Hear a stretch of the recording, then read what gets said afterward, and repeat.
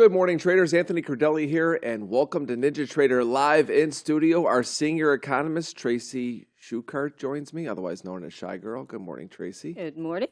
Tracy's really peppy today, everybody. Look out. And look, he's been wearing Carolina blues every day this week. I know. It's a total theme. Our senior market strategist, Jimmy, the Cagnina. Good morning, Jimmy. Good morning, Naples. Spring is in the air. It's glorious in Charleston, South Carolina today, but I'm happy to be here. That's what it is. Spring is in the air for him. For us, it's summer, and it's like a whole other thing. I'm not even looking forward to summer. I love winter because I live in Florida. Yeah, kind of why I made that move. But anyway, good morning, chat. Big day. I put in the chat this morning. Well, it's hump day, so we always have Kane. So the chat's usually really bumping for Kane. Can't wait. Yeah, it's always fun. And your favorite segment, 10:30 crude oil inventories. Yeah. Yes. I know he loves that. He better start trading crude soon, too. I'm going to have a talk with him about this. Right. Also, we have a new segment starting today at 11 Eastern following Kane. Jason Shapiro, Crowded Market Report. Yes, we're bringing you COT data, and I just love Jason. He's just great. And so really can't wait to see what he has to say today. One of the things I'm going to be looking for is what he talks about in gold, because I'm sure he'll bring it up, because I saw him tweet about it not too long ago. Gold, we talked about this yesterday with Helene, who's fabulous, by the way. I'm hoping she's tuning into us every morning now. I know, right? Yeah, I'm hoping she might be. And ultimately, we talked about how gold didn't quite get overbought, but also it was like near a level, like her 88, she says when it gets 90. So it's like was almost like capitulation type move. Didn't quite get there, and it's now continuing to go lower today. We'll talk about that. That VWAP by Anchor, and I put that in my morning note, just continues to be the high 6 days in a row. Just Anchor a VWAP, everybody on NinjaTrader, from the recent high in gold to today, and just drag it, and it's the high every day, which is kind of wild. But overnight, every morning I come in, and I've got on the watch list, the market analyzer, what's up or down the most. Copper, what's the story there? Yep. So we have copper down today, and really this mostly has to do with the copper traders in China that are engaging in arbitrage between London, New York, and Shanghai are unwinding all of their positions because this is the last trading day before a 5-day Labor Day holiday for China. So we've got a lot of positions being taken off because it's the last trading day for them. Interesting. Yeah, I mean, last trading day of the month for us, too, in indexes. I'll get into that later. It's always a busy close. But, Jimmy, to you, technically, was there any signs that copper was potentially getting ready to roll over like this? No, not really. I mean, we've been kind of in a really nice uptrend channel since really April 14th. It's just kind of been a nice walk up. It seemed, almost textbook. We even got to that 61.8% retracement on the outside fib, and I thought we were going to keep moving. And this morning I woke up and I was like, whoa, that's a pretty big sell-off today. Major benchmark candle today in copper. So see, this is why knowing some of the fundamentals behind the market do help. No, absolutely, right? And what's also interesting, that's why I always like watching your hot commodity segment, which is every day at 2:30. When you look at what's happening in copper and you have bearish news and a bull trend, and you know that people have to get out, so people were caught the wrong way as well. And that's always important, right? Because sometimes when you get news within trend, it's like, yeah, I'm kind of already short, but that's not really the case. In this one, you get it to where people were. That's why I was asking Jimmy, were they, how was the market looking? And the fact that it was looking somewhat bullish, and you have this unwind, which just means there's just an underlying offer all day. Because everybody, don't kid yourselves, everybody. Even the big guys, the institutions, the people that with the big money, they're going, I don't want to sell the low. I'll wait for a bounce to sell, or they're easing their way out of their positions, right? And they're sitting there. There'll be a bounce. And I looked at copper for the last hour. I think every bounce was like sold. Each time there's an offer there. So it's one of those things where you don't what do you call it? Look, try to pick a bottom in a market like that, and because understand that it looks like there's continued offers coming in today, and we'll see. Obviously, anything could change, but. Overnight, Jimmy, anything else catch your eye? The only other thing I saw was silver, down 3.5%. But I'm just curious, maybe what you saw there technically or anything else catch your eye. Yeah, two things on silver. Yeah, we did kind of break down below kind of a 4-day area support around 33.20, 33 spot 27. We just kind of fell out of bed a little bit here as well. It looks like it's following suit with copper a little bit below all the major EMAs that I have that I'm tracking, and we're back below that 61.8% retracement. Most notably, the stochastics are crossing under right now on just the stochastics on a daily. So that's an additional kind of little bearish signal so far. I know it's kind of a delayed indicator and it's reacting to price right now, but we're trading at the lows on the day. The other thing that struck me is, I did a little bit of chart work over the last couple of days, and I was looking at correlations between the 30-year Treasury bonds and the E-mini S&P. And I don't know that we've ever been more positively correlated between those two assets. If you take a look at an 8-day look back, 13, I use the fib numbers for my look backs, 21 day. So I made a chart for it. I could show it in a minute, but it was shocking the strength of that positive correlation between two assets that are supposed to be inversely correlated. Shai, talk to us about that story. Well, I actually wanted to go back to silver for a minute. Okay. We actually saw the silver sell off when China manufacturing numbers came in, and they are in contraction. They obviously produce a lot of solar panels and renewable parts that use a lot of silver. So I think that was the major cause of the sell-off in that market. So some of the fundamental story that's been behind silver has now changed. Isn't this incredible how things shift, right?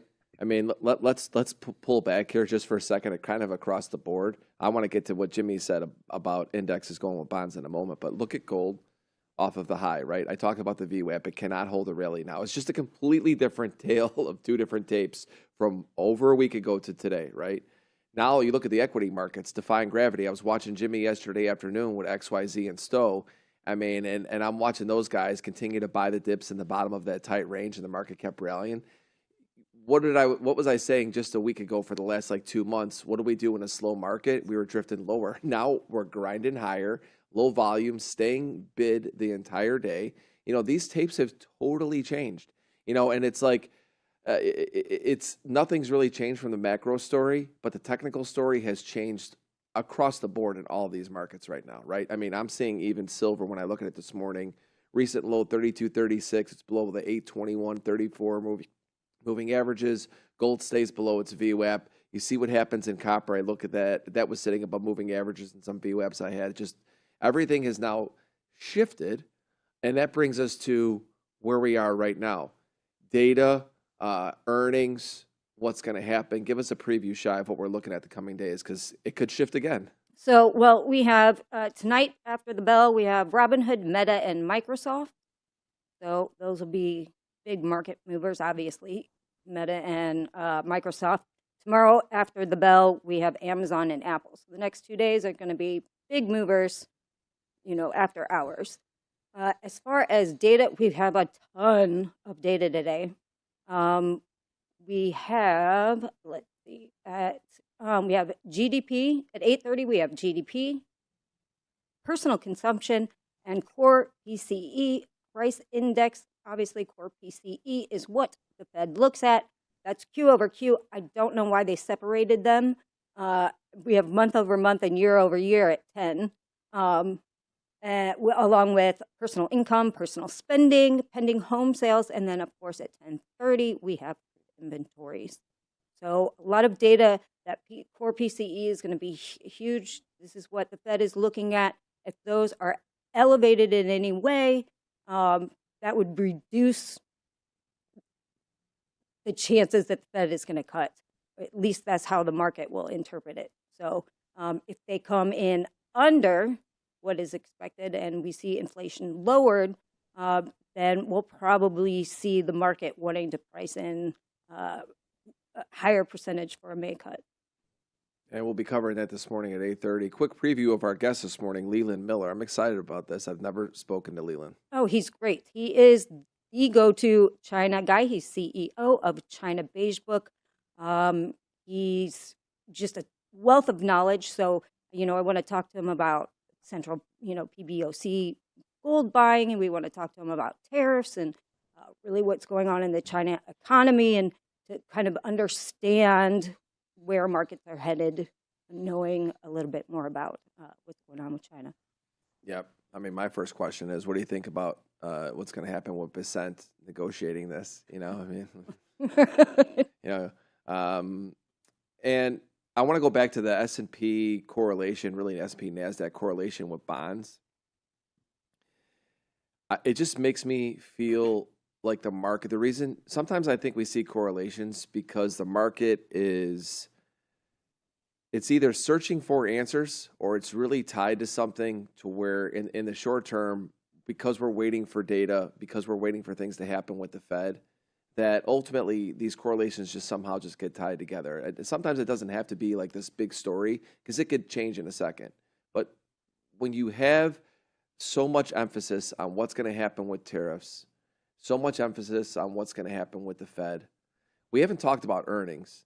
But I think this is a big story for it. But so when you look at the bond market and you see that rates are going down and the bulls are looking for something to cling on to, that's kind of what I think I see happening here, right? Because it's like you don't know what's going to happen with tariffs. I think earnings right now is kind of, it's a toss-up. And at this point, you're not going to see the indexes moving too much with one single stock or 7 stocks like we have in the past. So the markets kind of gets clinged to the bond market because they look at it and go, if rates are going lower, maybe that's just at least for some of the bulls, they go, it's short term saying we could do some buying if the bond market's going up. And, I like to look at things through a simple lens because I'm kind of a simple guy. I don't want to be stressed out and think too much about these things. But I've noticed it too, not to the extent that Jimmy has in terms of how tight that correlation's been. But every morning I look to see where they are technically in a comparison. And as I've said, if the bond market goes down with velocity, I don't expect, equities to hold. And the biggest reason is because when you have more uncertainty in the market, we already know tariffs are uncertainty, but if you have uncertainty about rates going down, which has been, if you look at the CME Group's Fed Fund tool, they were saying 3 to 4.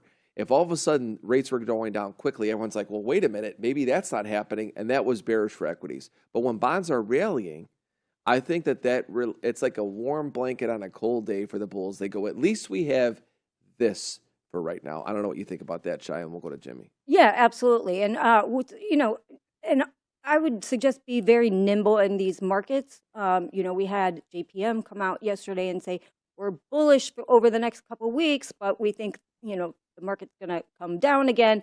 And then just this morning, we had Goldman Sachs come out and say, we don't think the bottom is in the market yet. So I think everybody is, kind of on pins and needles right now.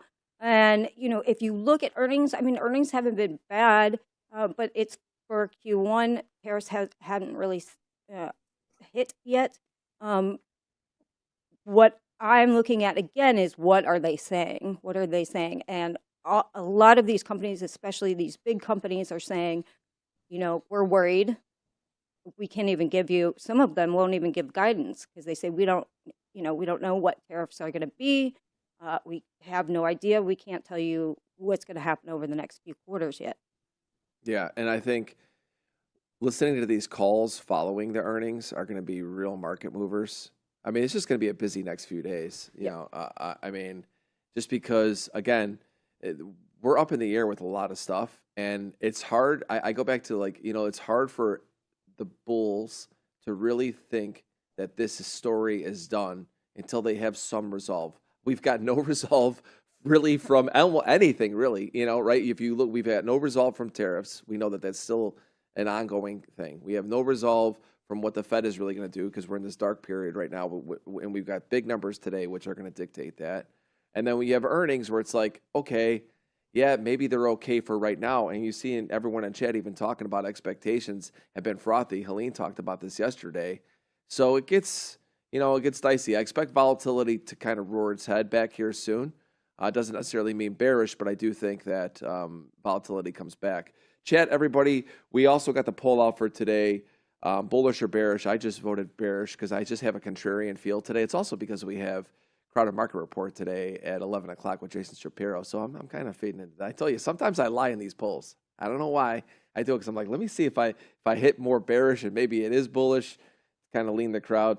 Anyway, vote in that poll, and we will be back with Leland Miller after this morning's Edge Report with Jim Cagnina. Take it away, Jim.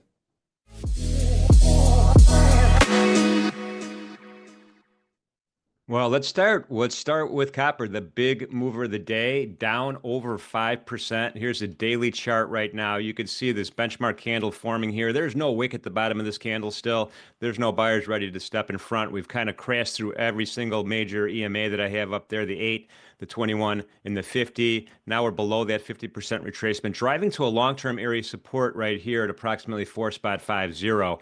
So that was support way back in at the end of February. And most notably, that stochastics is crossing under right now, right at that 80-ish level, 76.37 to be exact. So this is definitely in a bearish position today. On an intraday here, I mean, we have put support right now. We're right at that 4.6, and there's nothing but deep seas below here from a target point of view. The session VWAP, we just have price separation between the session VWAP and price right now.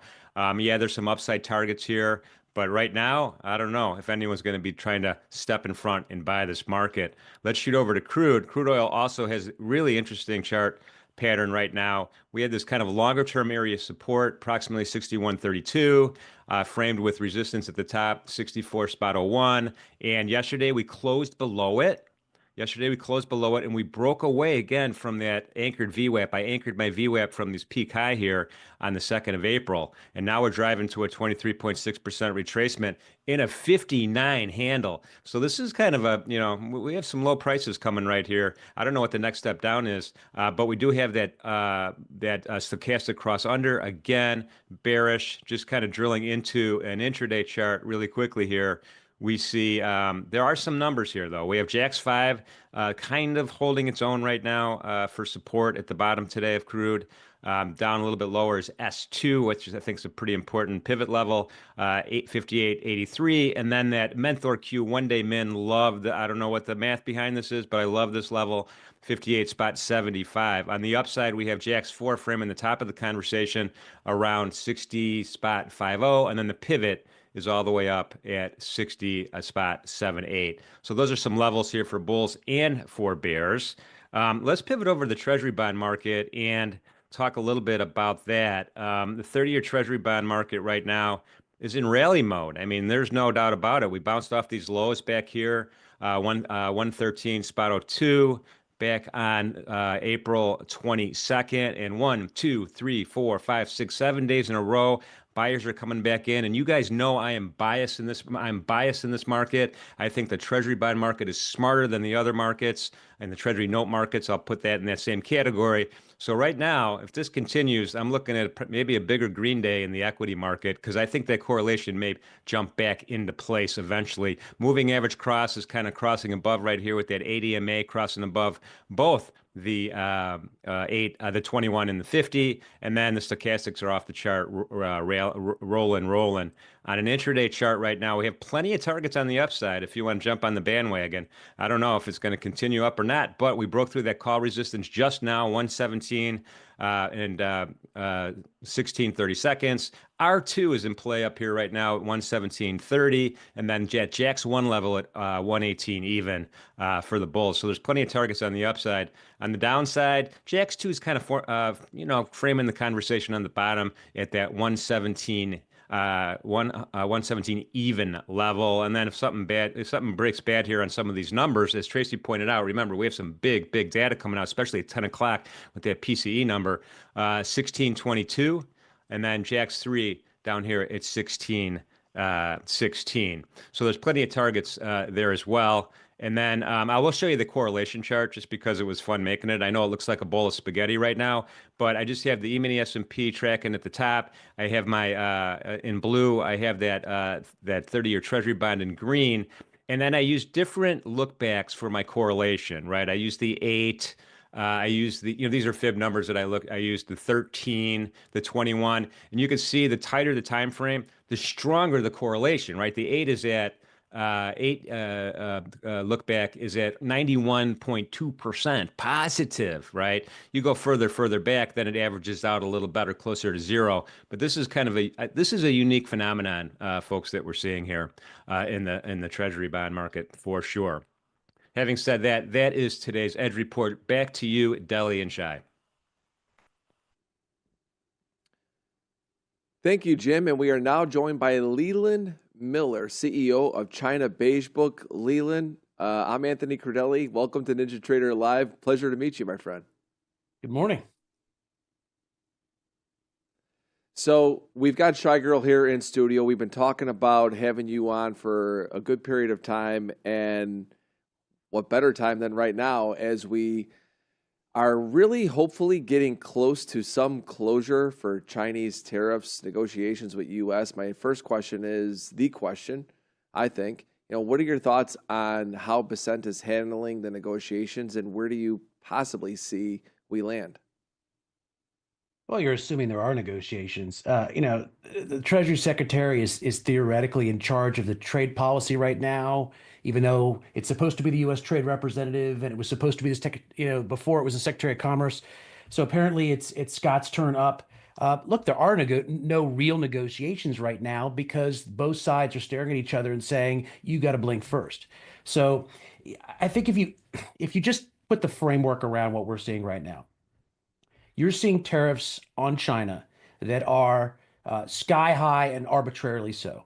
There is no material difference between a tariff of 145% and 145,000%, or 125%, or 105%, or 85%. That's because Chinese products aren't cost competitive at any of these tariff rates. You have to go down, I don't know whether it's 50% or 60% before you start getting any real flow. Otherwise, the entire situation is transshipment, which is a whole nother deal. But when you have tariff rates that are this high, they're not economically meaningful. If they were cut in half, they would have no economic difference in terms of what they're doing and steering things through transshipment, for closing any real U.S.-China trade. That you have an opportunity to bring tariffs down if that's what the president wants. But I think right now they're in a situation where, they want the Chinese to come to the table first. The Chinese want the Americans to come to the table first. It's more of an issue of optics. And so once they get past this issue of optics, and they will, then you're going to have a situation where they can come to the table, and then you got to figure out what a negotiation looks like. What does the American side actually want? And the major problem with what the U.S. has been doing on the trade side is they're coming to the table, they're forcing everyone in the world to come to the table, and then they don't have any asks. It's the big complaint for the Japanese, from the Europeans, from the Southeast Asians. They say we come to the table, the United States, and they don't even have any asks. So there's a whole bunch of steps here in order to get things on track, and it's not about to be over anytime soon. Yeah, that was another question I was going to ask. I mean, we have this 90 days, and we still haven't seen any deals, and particularly with China. So, I mean, how long do you think this can stretch on? Well, this is a question for traders, because the idea that they could, so what is the plan? The plan is we're going to do 18 deals in 15 days, negotiations, and then we're going to give thumbs up or thumbs down. And we're not just dealing with tariffs, we're dealing with non-tariff barriers, we're dealing with health regulations and phytosanitary status. It's impossible. Every deal usually requires a period in order to understand what the non-tariff barriers require. What is the situation? What is the landscape that we're looking at? And then how do we start negotiating not just the tariff side, but also the non-tariff side? Each of these major deals are usually about 18 months, 12 to 18 months a piece. We're going to do 18 deals in 15 days or in the few days. So the question then is, you can get someone coming to a podium and saying, we've got a deal. Yeah, we don't have details, but we've got a deal. And the question is, our market's going to buy that? So if they come out in the next couple of days and they say we have a deal with India, we have a deal with Japan, we have a deal with Korea, we have a deal with some others, and it's basically a framework for a future deal, do markets care? Now, there's a very good chance that markets don't care, so long as that is accompanied by some sort of promise that tariffs will either remain low or go lower. So a lot of this is going to be the market interpretation of what's happening. You obviously cannot negotiate 180 trade deals in 180 days and expect anything to happen or less. So a lot of this is going to be market optics on what the Trump administration is doing. They're trying to signal that big things are happening right now, but none of this can be done within 90 days on a grand scale. So the question is, how much of the baby stuff is significant enough for markets to pay attention? And then I wanted to ask you, we saw data overnight. We saw a contraction in the Chinese manufacturing market. Does this have anything to do with tariffs, and should we expect this to contract even further? Well, the PMI has been running about a month behind China Beige Book monthly flash data for a while now, but it's been really, really evident since the end of last year. So, I mean, we caught this idea that Chinese manufacturing is doing well last month is ridiculous. We actually had it doing really poorly. We had a March month doing very poorly. A lot of this is reflected in some of the April data that's coming out or will be coming out. We're going to be releasing some April data coming up later today, but I'll hint in saying that the economy's not doing well and it's under tremendous pressure. It's also not falling apart. Manufacturing is definitely under siege right now. They're going to continue to support manufacturing from the front end, from the back end. So the Chinese economy, as long as we have these tariffs, is going to be under a lot of pressure. There's no question about that. They're going to be ramping up fiscal support, which they haven't done in the past. They are going to they're going to continue to keep monetary easing going, which they've been doing for a while now. So their support for the economy, it's not big bang. It's not something that everyone's been anticipating for years and years. They're going to bring back the bazooka, but they are supporting the economy, and their goal is to wait out the Trump administration until they come back to the table, bring tariffs down, or they have to batten down the hatches and go much more aggressive. So right now we're in a waiting period on that. But to answer your question, the economy's not doing great, but it's also not falling apart. So they're holding steady. So I have a question about the overall long-term impacts of tariffs. Do you believe that what the Trump administration is doing is going to have an overall positive impact for the United States going forward? Is this something you believe they should be doing? Well, look, most of the discussion around tariffs is binary. Either tariffs are economically bad in all cases, or some others, including in the administration, have this idea that there's just all upside to tariffs. So there's no downside. And so you put them in place and it's just like a cash register, ching, ching, ching, ching, ching. Both of those views are wrong.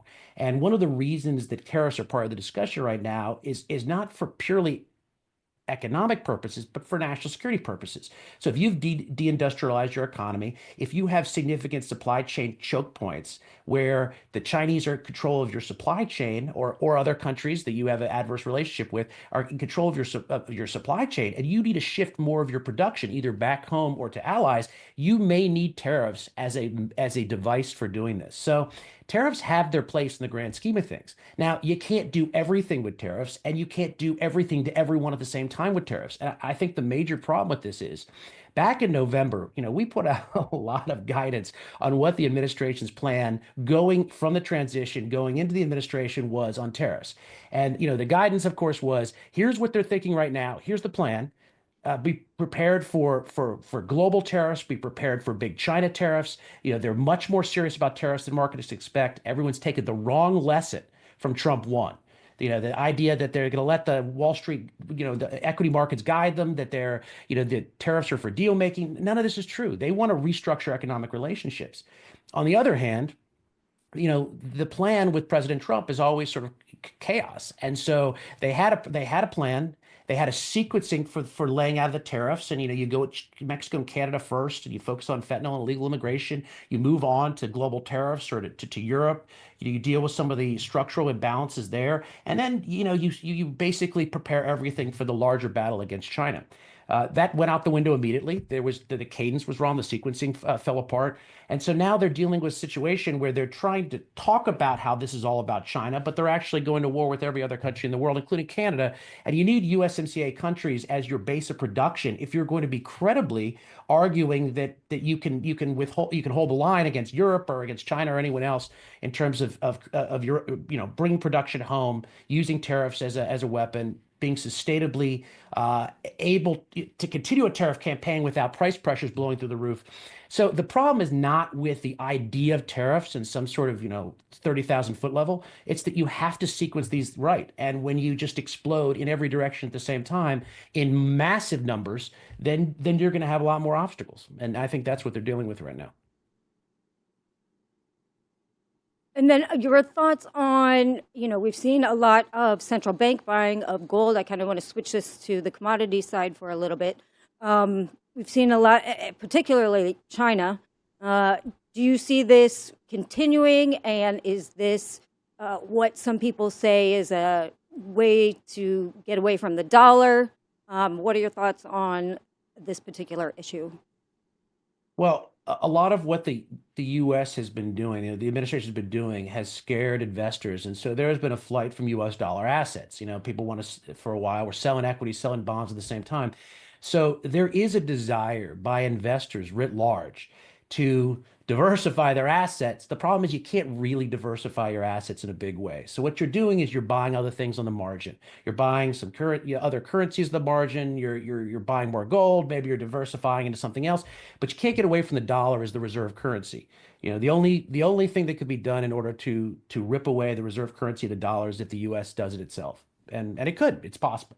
But right now we're not there. And so I think right now what you're seeing is a lot of people saying, we don't love what's going on with American trade policy. We want to get away from this over-reliance of the dollar. We cannot do that structurally, but on the margins, we can start buying some other things, and we can sort of trim our dollar holdings and so forth. So that's where we are right now. This has an upward effect on gold, no question. But the idea that you can run away from the dollar, it's just not possible at this point unless things get a lot worse.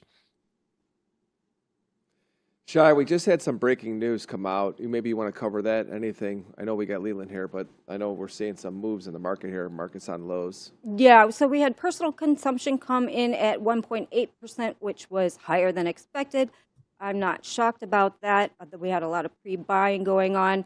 GDP price index came in at 3.7%, expected 3.1%, and then core PCE came in higher than expected. This is quarter over quarter at 3.5%. Expected was 3.1%. So obviously, being the metric that the Fed uses, that's hot. Yeah, and you saw bonds get back their whole morning. You saw equities now just on the day. Leland, I know we only have a couple minutes left for you, and I don't know if you really had a chance to catch all that data that Shai was talking about. Any initial thoughts on some of this data coming out? And I know that we've got Fed next week. Maybe just kind of get a preview from you on your thoughts. We spend quite a lot of time with the Fed as well.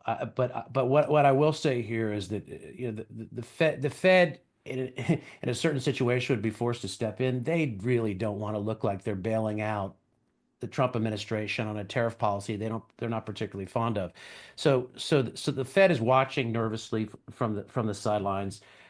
Right now, the issue for the Trump administration is they've already signaled that they're going to pivot. The question is, how do they get from A to C, with B being, somebody coming and putting a concession on the table and making it look like that the administration is not conceding anything. It's not walking back any type of policies. And I think what you're looking at in the last several weeks was a reaction function that was focused on the bond market. And the bond market started to make the administration a little bit nervous. Equity markets didn't. They saw the falls in stocks and they didn't care. They had steeled themselves going in that, look, we are trying to do big structural change. And so we're not going to watch the short-term flow of stocks. That doesn't matter. What we want to do is a paradigm shift, and that's going to require a little bit of short-term pain. When the bond market got involved, a little bit different. So they started peeling back their policies, started saying, look, this reciprocal tariff stuff, these numbers are pretty high. We're going to put a 90-day pause and sort of think about how to better integrate this policy into reality. And now you're looking at a reaction function that's quickly shifting to the real economy. So, in a number of weeks, you're going to actually see some significant economic effects in the United States from the China tariffs. You have a lot of shipping, logistics, and other things have been dramatically affected. Freight's down, and so the question is whether they're going to feel inclined to pivot sooner rather than later, based on the changes in the economy we'll probably be seeing in under 2 weeks, maybe less, maybe much less. So. I think we are headed in that direction. I think that there is going to be a pivot in tariff policy again.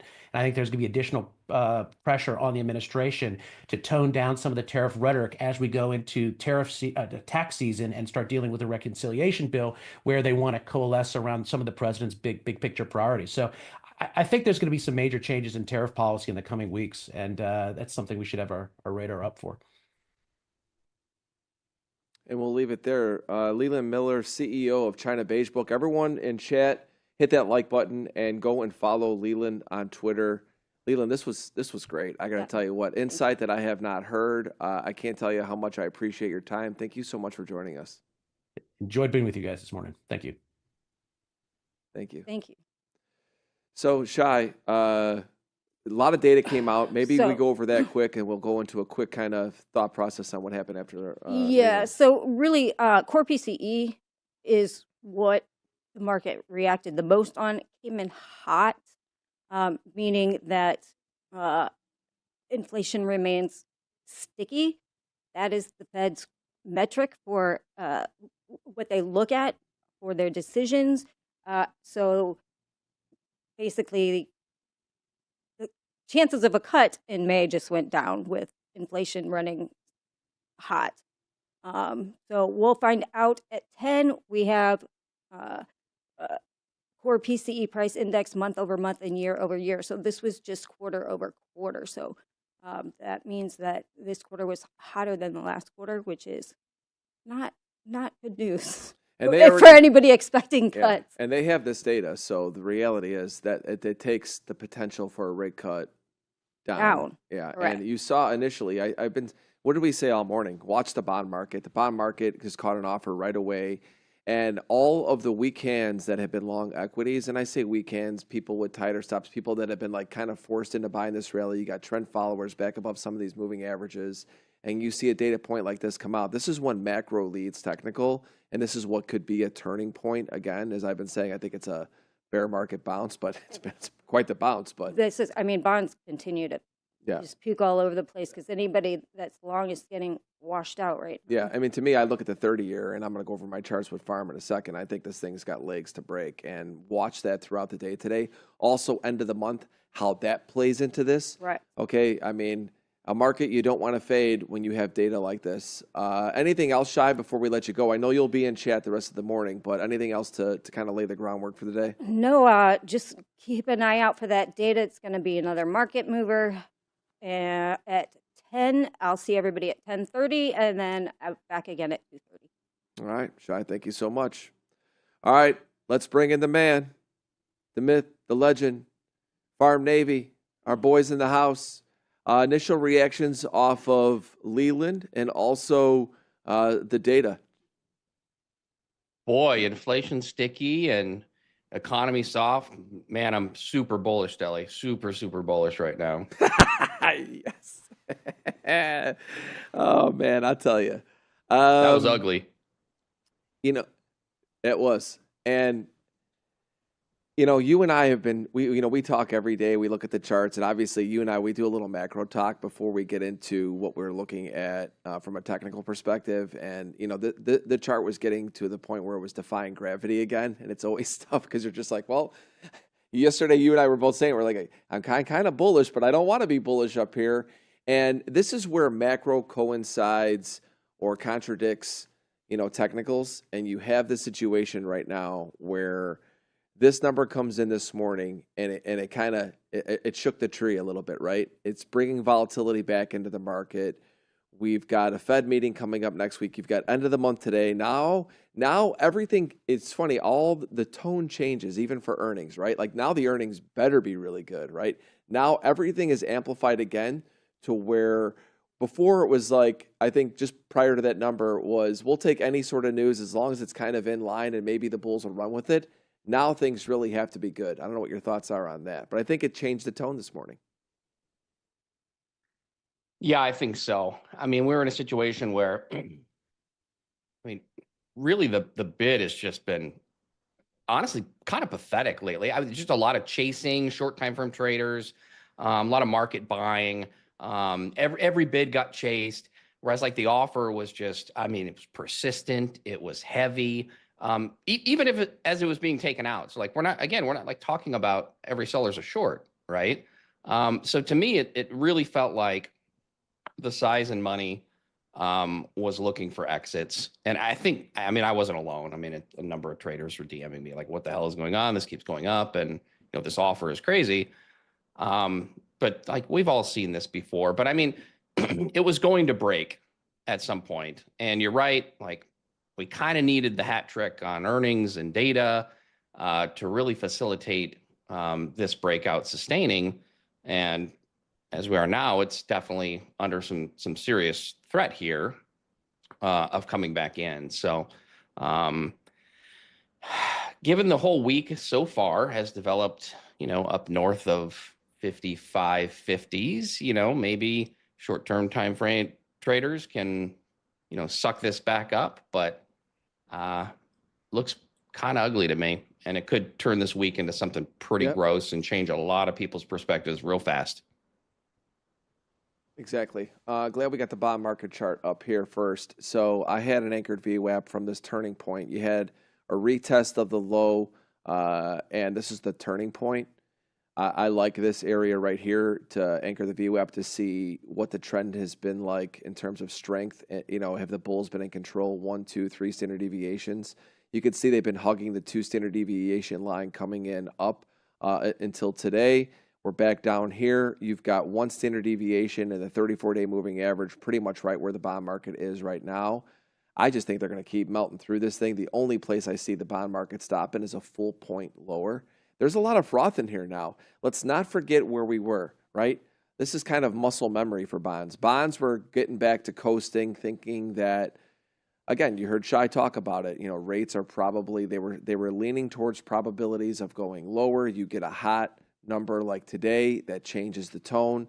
You get people positioned wrong, and you know, to me, this bond market is just offered. You know, I mean, right now it's like if I would have had my bond stuff up, which I didn't have it up right now. I mean, I would be looking to sell bonds at every kind of uptick I can and just continue to scalp it short because it just is like the thing has room to go. And that's the way I look at this right now because this goes back to even this morning. I don't know if you caught, we talked about it with silver. I'm going to go to that real quick.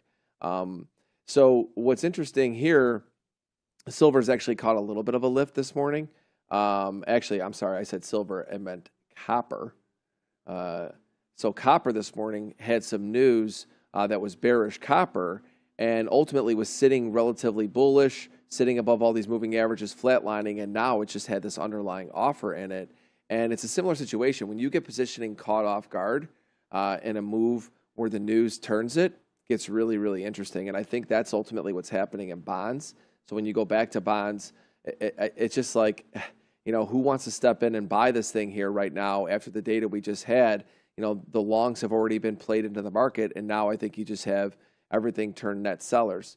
And when you go to E-mini S&P, where I think this thing just gets real juicy now, man, is because, look, the good news is that volatility is back. I think it's back in a serious way right now.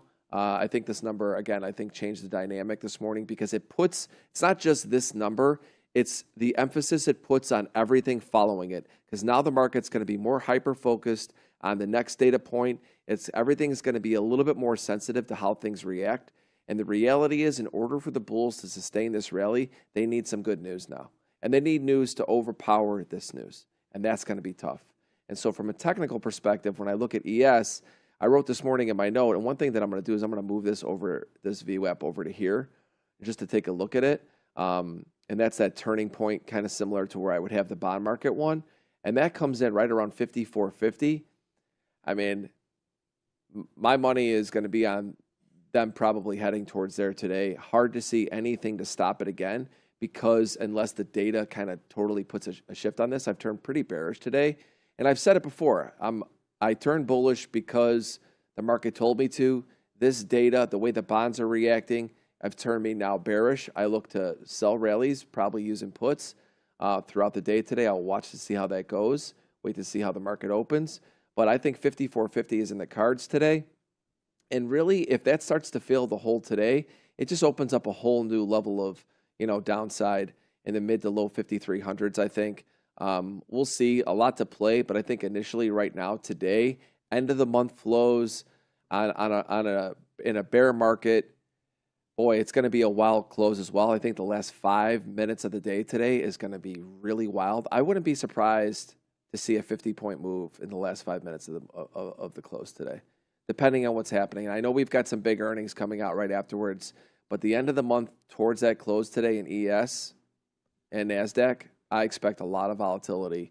Watch for it. I think there's a really good chance. So just be careful out there. But, I'm bearish Pharm for those reasons. I keep it super simple. Bollinger Bands are really wide. Moving averages are flat. You've got some bearish news that has turned this tape from being bullish, holding above some areas, now opens it up to downside. They got to go to where my cluster of support would be, and that's mid 5400s. That's my charts. Let's take a look at yours. Yeah, I mean, last night's plan was kind of an awkward one to write. And I mean, really all day in the Discord yesterday was just like, look, price is constructive. We're making higher highs and higher lows on a daily basis. And I'm just going to be sitting here shorting the hell out of this at the highs. Like every time, like, I'm sorry, like I'm just being transparent. Like it's, I can't encourage that. I mean, things are objective, objectively had been bullish, but again, just, the offer had just been very strong, and it looked like just short-term time frame traders were kind of working this up, and which is why I put this like just this little yellow trend line on my daily chart. Like, come on, right? It's just too perfect. Like to me, when I see that slop, I'm just saying, pull that rug every single time. That's what I'm looking for.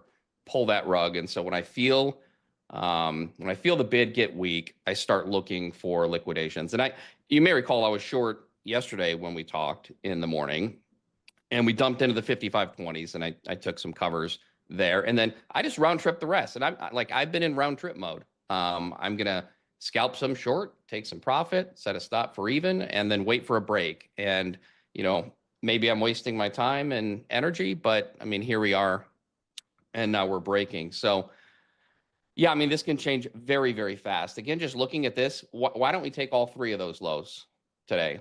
I don't see a reason not. I mean, we're sitting right here in this kind of, 54.97 to 55.07. Like maybe this can stick save things. But yeah, I don't see why all three of those lows aren't taken today, and then probably proceed. Yeah, I've got like 54.60, 54.65-ish, but I think 54.50 is completely reasonable if you just get onto the 30. If you look at the trailing week behind us, let's see, make sure you can see everything and make sure I can see everything. We're already getting kind of back into the meat. Like we've lost that 55.20 that I mentioned was key. Absolute range high for me was 55.40s, 55.30s, 55.20s. That's kind of what we've been talking about. And we've lost now 20. So I mean, it's hard to call it a sustained breakout anymore.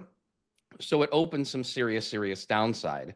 I think you're right. We're probably going to need some news to negate this.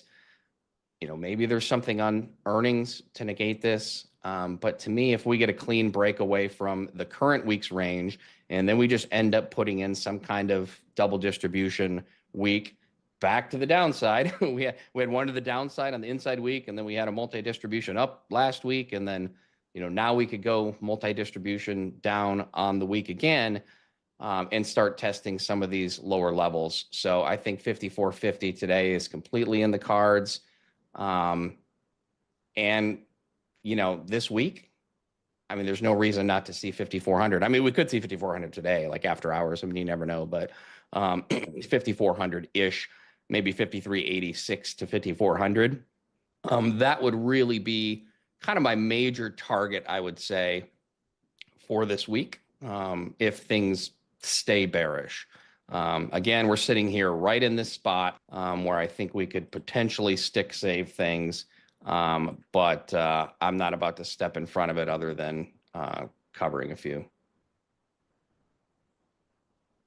Yeah, 5509 I know is Pax's big quarterly pivot as well, so I always keep those up. And again, you know, this market needed a spark. I've been saying it. It needed a jolt, something to move it, and volatility is back. I have obviously turned bearish again today, and I haven't done anything because everyone knows if you watch the show, I'm not trading every day, and so now I feel like I actually have something where I can lean on again. Like I feel like yesterday's high is now significant. I mean, we'll see how today goes, but at least now as a swing trader, I can look at yesterday's high or today's high and say there's significant levels. I can manage risk to lower prices. And again, along the way, I'll see 5450 is a key area, and if it crosses through there, I think the low 5300s. Now, mind you, I'm trading a little bit longer time frame. Watch the bond market. I mean, again, everybody, I think that's the key today. If the bond market all of a sudden starts to come back quickly, I think that could change the tone of the day. But if bonds stay offered and they don't turn around easily, something to keep an eye on. Pharm, about that time where we go through and look inside the day, inside the tape for what you're going to be doing potentially near the open. Walk us through that. Yeah, so as I mentioned, this kind of 54.97, 55.07 range here is sort of a must hold for me. The 55.97-ish was the inside week high. That's basically where we held on Monday. So it's protecting Monday's low. And so from, again, that's why we've kind of been constructive on price lately. We held this inside week high on Monday and rallied. We then broke above last week's high and put in some volume. And here's some what I would call oops volume.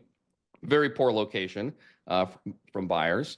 And now I think, to me, either this spot holds or, it's definitively going to be a short to me if we're offering 54.90. Just call it Monday's low to make it easy, which is like 54.92 or what have you. But if we can hold here in this spot, again, 54.97, 55.07, then we could see some relief, and 55.20 would be the first sort of key reclaim. Yesterday's overnight low, and then yesterday's low during cash hours was 27 3/4. So we're going to be opening on a true gap down. We still have 40 minutes. We could gap down below Monday's low. We could gap down below Friday's low. So in these next 40 minutes, who knows? But, when you get, again, just looking at your daily, if you get 1, potentially 2, potentially 3 days of trapped longs that, were very, very bullish and had calls, slept really well last night, and then they wake up this morning and the tape has completely changed, then pretty fair chance they're going to have to exit those long positions. So you can get at least an initial move down, which can see some thrust. So I really think that this spot here is going to need to hold and at least try to get a reclaim of 55.20. I'm still probably not going to long it, but I would use that for managing shorts. But if we can get back into on a true gap down, you're always looking for that opening drive. We open drive lower on a true gap down below yesterday's low, then it's just sort of hands off the buy button until buyers can find their feet. If we can not find the sell button at open on a true gap down and all the action is above the open, then I'm looking for that first 30-minute candle to close and then an upside break of that 30 to potentially retest yesterday's low, which again is sitting up here on 55.27. So there can be longs to be taken there. And again, if bulls get some reclaims, then they're fine. And all the volume for the week so far is up here. So these were deemed to be fair prices. So sometimes you get these snapbacks when everything looks horrible, and then it holds, some sort of demand sequence from earlier in the week, which this was from Monday, this sort of range that I didn't have as a range on here, but I just put kind of the two levels. If it holds that and pops back and gets back above 55.20, it can retest 55.40, and above 55.40, then definitely comes back up here into the meat of value, and you've got a potential for all the way back up. to 54, 77 to 80 is what I was using for today. So definitely not my base case, but I mean, if you see on the 5 anyways, I mean, the spot is probably mostly covers in here from any trapped sellers. But if this lifts into the open and we end up just back inside yesterday's range, then things get really interesting, and we'll have to look and see if sellers press that sell button back below yesterday's low. But generally, if we're cracking prior daily lows, I think it's just sit on hands on the long side, wait for the liquidation to end, wait for sellers to potentially get a little bit fatigued. And if you want to trade against that, that's fine. But otherwise, for me, just shorts through that liquidation process and let it play out. Yeah, and you could see this morning, again, everybody reiterating, watch the bond market. You know, the bonds just had a decent move off the low that simmered the sell-off in equities. You see that correlation hand in hand, man. I can't stress enough, when you have a data point like you had this morning that is more impactful to the bond market and what's going to potentially happen with rates, that's the market you watch for as leadership. And so today you're seeing that with the bond market. They were the first to bounce. They were the first to break. Then they were the first to bounce. So keep an eye on ZB on your chart.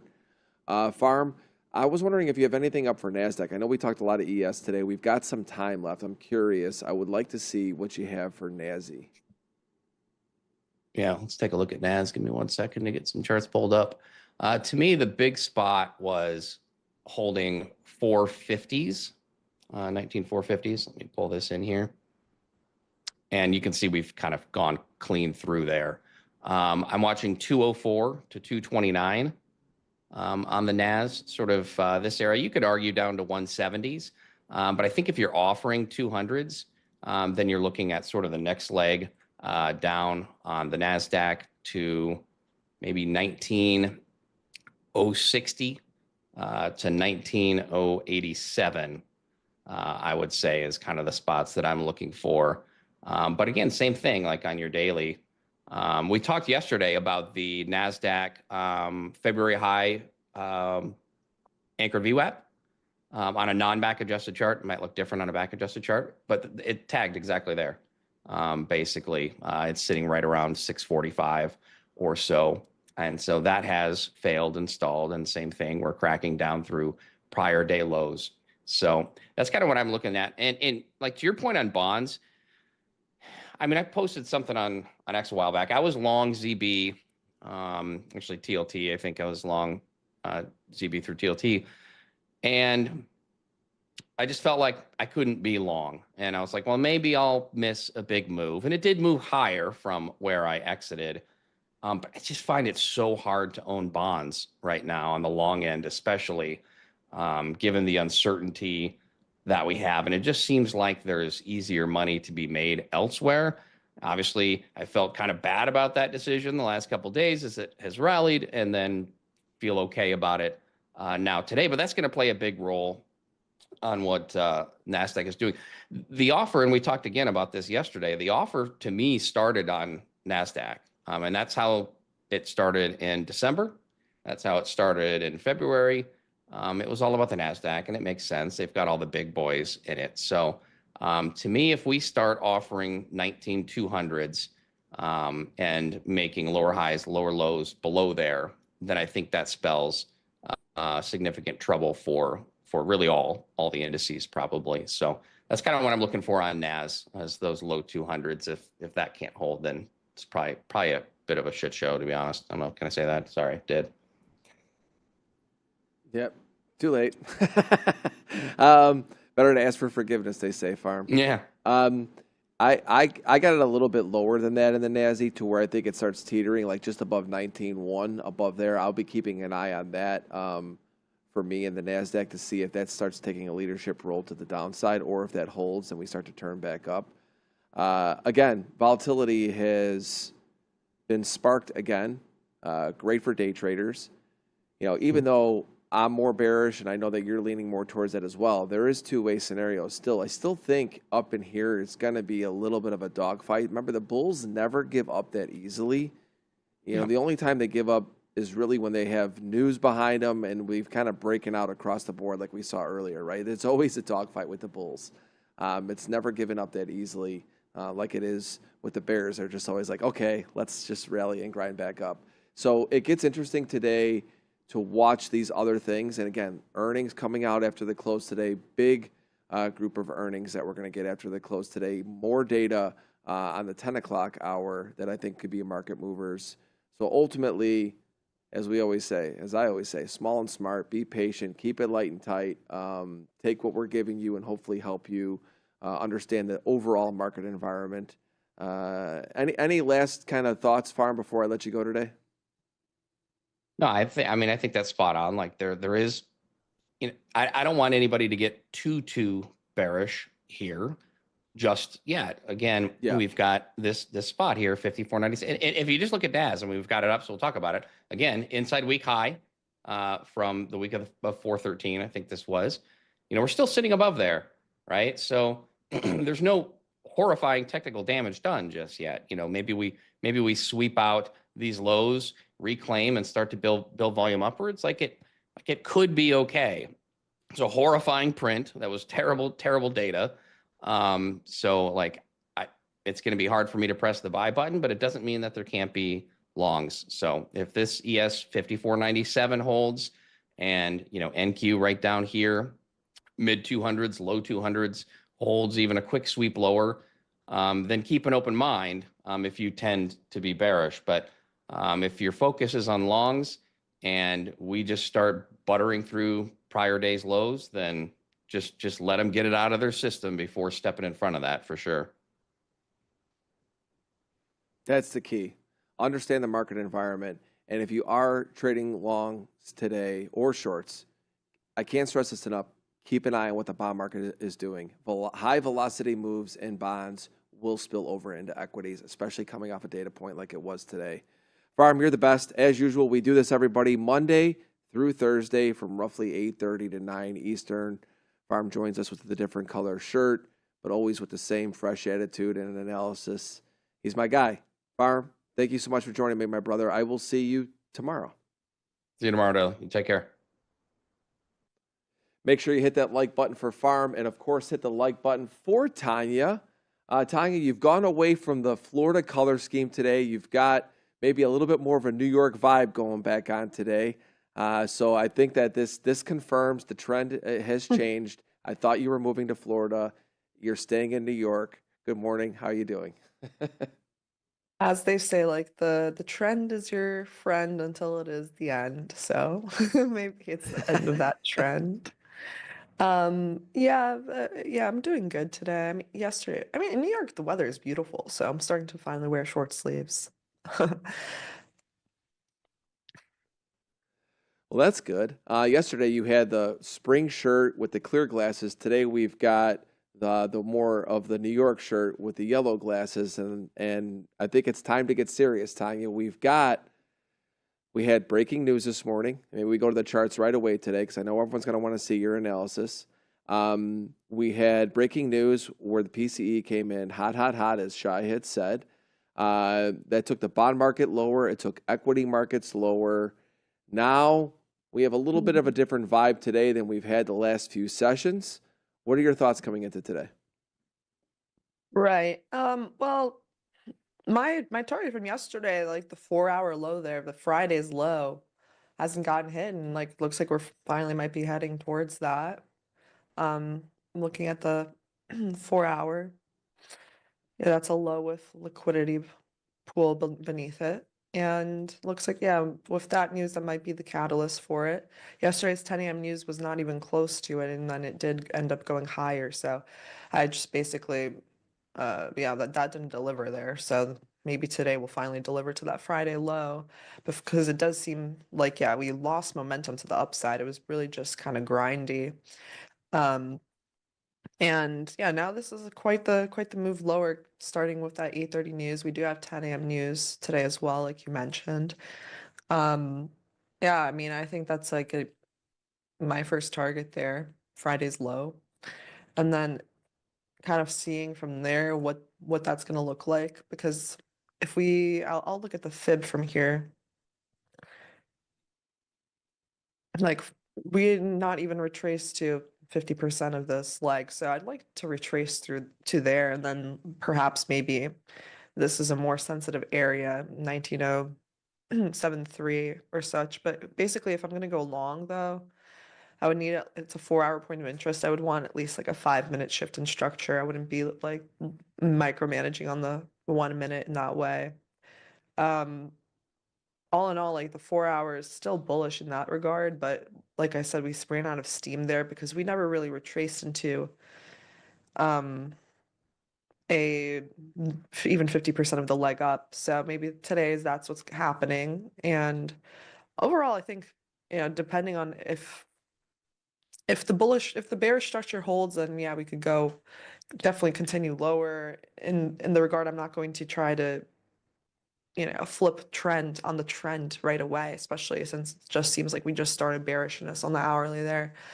I'm going to see if I can potentially find a short to the Friday low.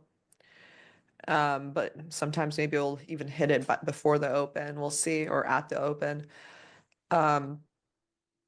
Yeah, that was quite that move lower there. Let's see, it's pretty respective. Yeah, it's pretty nice there. See, this is like the 5-minute.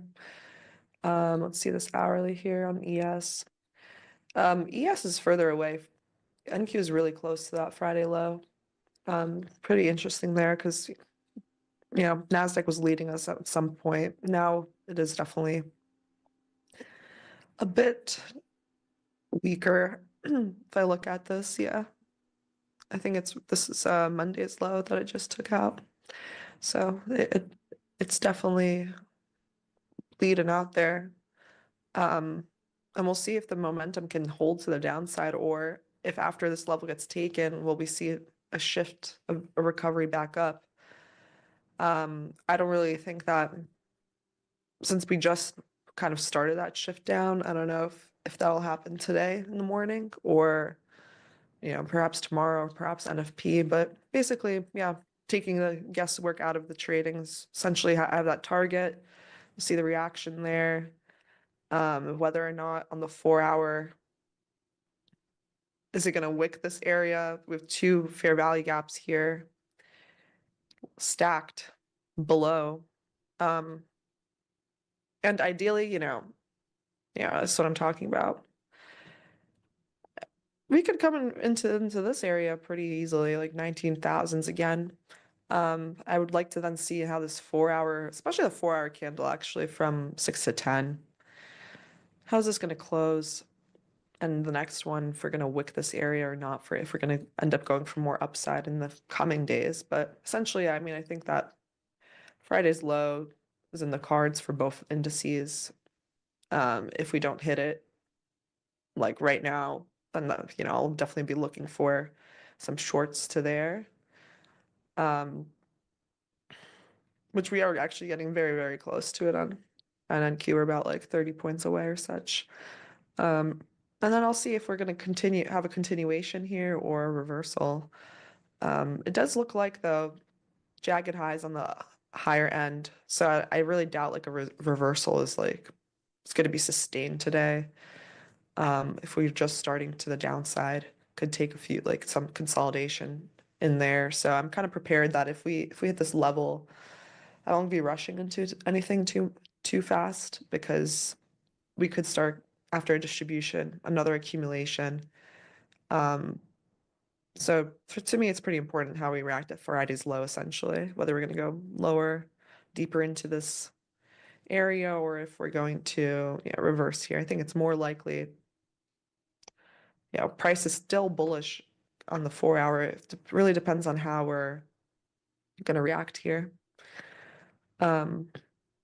But I do think that eventually, we'll see if that for NFP, eventually I think we can end up getting up to here, the 20,000 area. It just really depends on how the market's going to be taking this news, and how today is going to close. Are we going to close below Friday's low, or will we look at this area and hold it? Yeah, that's kind of important to me. Yeah. Yeah, and And Friday's low, you could see if it gets below Friday's low, we get in that big body of the 424 date where we had that big move higher. And that really, I think, takes the kind of the gas out of the bulls. I mean, it takes the steam out of them because the Friday's low was, I think it sustained just enough above it. It was like just above where they closed on Thursday, and then we've kind of just been grinding higher with higher highs in the NASI, right? And then today's the first day out of the last, let's see, 1, 2, 3, 4, 5, 6 days we haven't made a higher high, right? And now we get Right. back in the body of that big up move. And actually, in reality, too, Tanya, I was looking at it. That big move up on the 90-day pause was like 19,300 and something in the Nasdaq, and they were kind of staying above that yesterday and the prior 2 days, and now we're back into like where we were really choppy for a period of time. But that it gets interesting. So if you think we get below yesterday's or Friday's low, what does that open us up to the downside to? Right. Well, I think that we could get into, I mean, here, 19,003, 19,040 level down into here. Below this bar here, that's totally possible, as it retraces. And it really depends on the 4 hour how we react into this area, whether we're going to find a reversal there. Then if we continue lower after that, could go back into this gap up, which would be dangerous. 18,592. And when you were just talking about the daily, I was looking at that. I was like, oh wow, actually on the daily, this is like 1, 2, 3, 4, 5, 6. We had 6 up days in a row. We're finally getting one down day here. It could be a change of pace for sure, especially if this start of a catalyst, a news candle. So yeah, and also I will be looking at like the opening price and see if we hold below. If we hold below and we can't get back above and market structure shift back above like the 930 open, yeah, we could definitely end up going lower into like this area, like I said earlier, 19,330 area, or probably 50% of this bar as well. It's around the same. Yeah, this market can really change on a dime. Yeah, 19,070 area as well. So maybe now we're starting to finally get some fall through to the downside. I know yesterday we were here and we did not get that fall through here at the open. We just kind of just surged back above and disrespected some swing highs. And then, yeah, we kind of just grinded higher. So it'll be really interesting today to see if the bulls will hold the line, or will the bears keep us in check? Like here, I think this is kind of interesting. This is a 15-minute gap before we're about to take this Friday low. When we retrace back up into here, I'd like us to hold like 50%, not close back above it. Otherwise, we could just start seeing more upside. But if we hold this area, I mean, then I go to the 1 minute, and then I'm okay with taking 1 minute shorts on shorts, but the longs I want more confirmation on like the 5 minute, because like I said, I don't want to try to guess the reversal of a trend right at the beginning of it. So because it is more likely I'd rather stay away from longs, especially if we can't get back above, midpoint of this gap or wherever the 930 open will be. And we'll look at this gap down as well. So it's going to be a really, really interesting tape. We'll see if hopefully volatility is back, like you said. I mean, I'm going to be watching after we hit that level whether or not it's back, essentially, because sometimes it'll hit that level and we'll start accumulating again. Everyone's excited, and then we don't do anything. But from that, I'll just basically look at, are we displacing below lows? Is there more energy in these candles? Are there larger movements? Or is that it just from the news? Yeah, so maybe 10 o'clock news will either show us either a reversal or continuation in one area on the downside, or like I said, if that 5 minute shift will come, it'll probably happen at 10. But like I said, if the open is really vicious to the downside and then I'm less likely to look for a reversal on a Monday. I mean, on a New York on a New York morning session, which feels like a Monday when it's in the morning. I'd rather just look for trend continuations because we just started the move to the downside. Yeah, so it's really about just waiting for that confirmation and then being quick on it because today could be quick if we're continuing to the downside. Yeah. Yeah. Well, as usual, Tanya, it's great to see your scenarios in the morning. And what I like about your process every single morning is it's not just like I'm going to get short. I'm going to watch. You're more about watching reactions. If this happens, I'm short. If this happens, I'm long.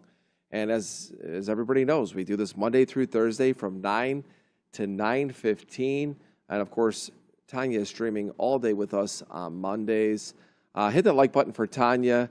Tanya, have a great rest of your day and have a great stream. And we will see you tomorrow. Thank you so much. Thank you. Thank you. Good luck, good trading, everybody. All right, next up. Oh, look at this, man. Look at this hairdo on him today. Dude, he had the blow dryer out this morning, guaranteed. He's got some pomade in there with a fresh spray. I guarantee he's wearing cologne too. He's really picking it up, folks. You can see it. Look at him. He's got the glasses on. He's focused. I have to come Good morning, on my brother. here and compete with you. So, I mean, I have to make an effort. Yeah. I mean, the last two times you've had a hat on, and now he's coming in with the full blow dry. I mean, it's something to see, man. We're going to make sure that we're going to have to change his picture on the thumbnail to whatever he's got going on today, because this is it. He's coming in ready. And you know what it is? I know what it is. It's because you're feeling the bearish move today. You woke up today just feeling real good. I know it. Look, I fell full victim to the bull trap, eh? Like, I'm going to be honest. I kind of got bullish a bit on Monday and Tuesday, which was fine. It made me money, but yeah, I mean, the GDP print was pretty bad. So yeah, I don't know. Bullish, was bullish, now bearish, always bearish, never bullish, I don't know. But what I will say is it's a tricky situation now, I think, because, I like to think against the grain, and it's now like, okay, it's bearish, but how can it be bearish for so long? Because the Fed now have a reason to cut rates, right? If GDP and spend is slowing, irrespective of tariffs, the data is the data. So maybe the stars are aligning for a big move up. I don't know, is the God's honest truth at this point. What I do know is we're down 2% pre-market and earnings are bad. And the market looks horrible. So I will continue to just trade what's in front of me. And so what's the morning thought process right now? I know I could see you don't have any positions on right now. And normally we're used to you coming in with a position. And so today is like a day you're coming in, again, kind of fresh out of the gates. What's the initial look that you'll be keeping your eye on for a potential trade this morning? Lower, ultimately. I don't mind just shorting this at the open if we get a good break. We're ranging up here. We're ranging at 50% of the move down, right? Like, for me, that's pretty bearish. We're getting, this is a key sign of we're hitting some sort of resistance, and I like to get bearish around 50%. We have these previous lows, just basic, very, very basic support and resistance. We're here. We're ranging. We took previous day high on Tuesday. We failed to take previous day high today. Weekly high looks like it's in. We took previous week high, 50% of the range. I want to look to trade this into Thursday's low, and that sounds bad because it's 3% away and that's a 5% day. We might not get it today. I don't know. But right now, all my eyes are on this low because previously all my eyes were on this high. But I'll take it here. This ranging, sideways up, I guess, grinding slowly upwards markets ruined me. I got bullish, so it kind of played out. But now I'm just looking for a quick move down.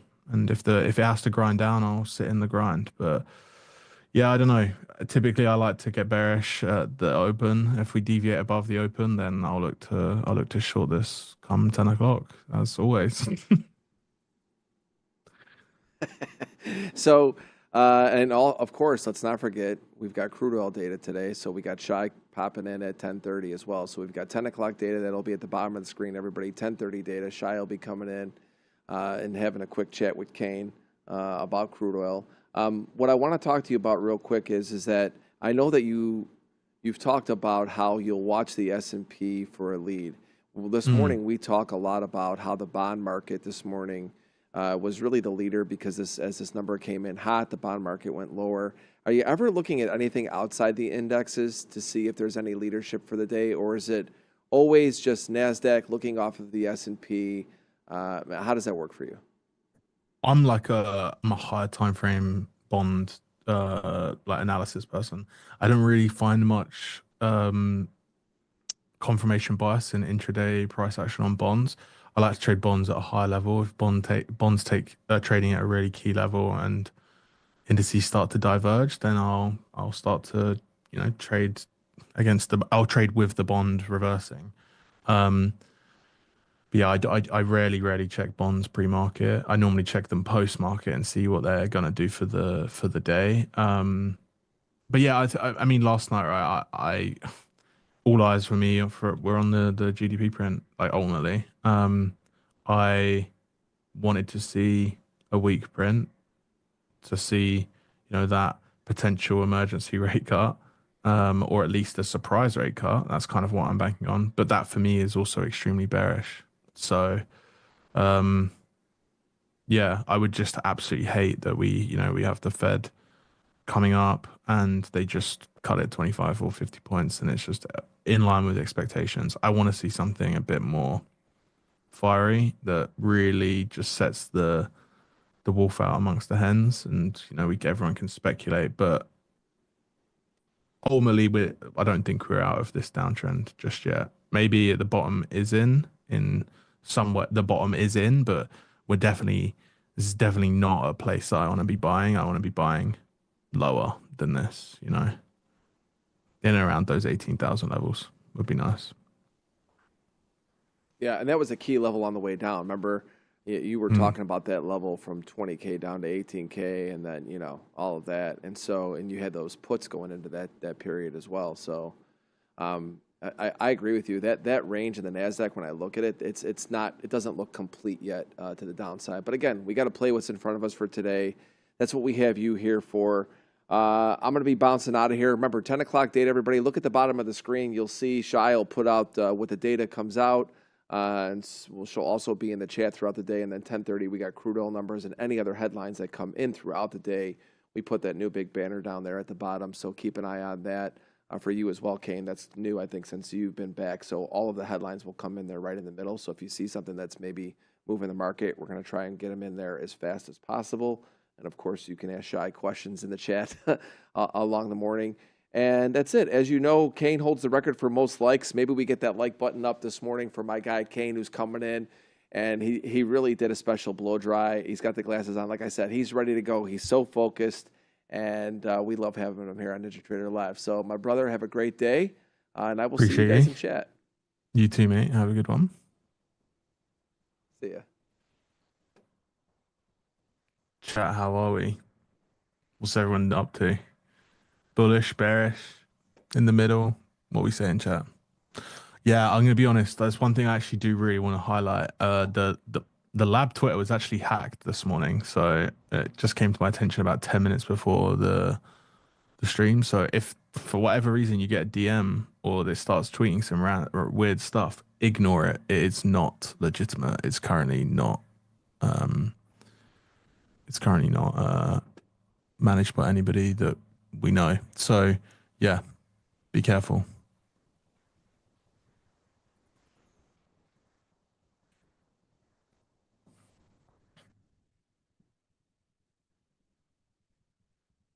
Yeah, a bit of a sketchy drop. I mean, look, the GDP print was important, right? I mean, look, I'm not going to take responsibility. I pretty much I've warned everyone. Yeah, look, I'm currently framing this hourly P03 trade below previous hourly low. Some retrace. There's no real retrace into this move. Trade into here, maybe take that GDP high. We can get bearish, maybe. I don't know. We'll see. I'm not. No, I'm not.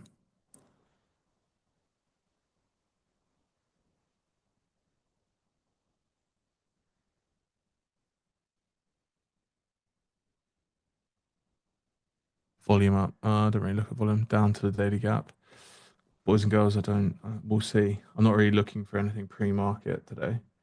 So we shall see. We shall see. How's everyone's week going though?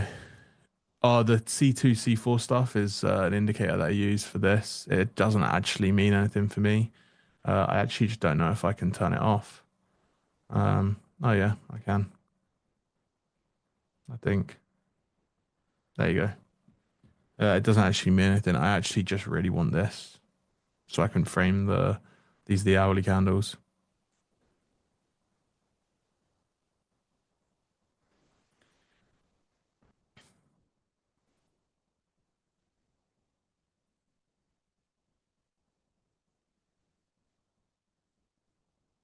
Break above here, we could just retrace this. To be honest, for me, I would look for something like getting above that area, getting above here, longing maybe above here into this area. It's probably what I'm looking at.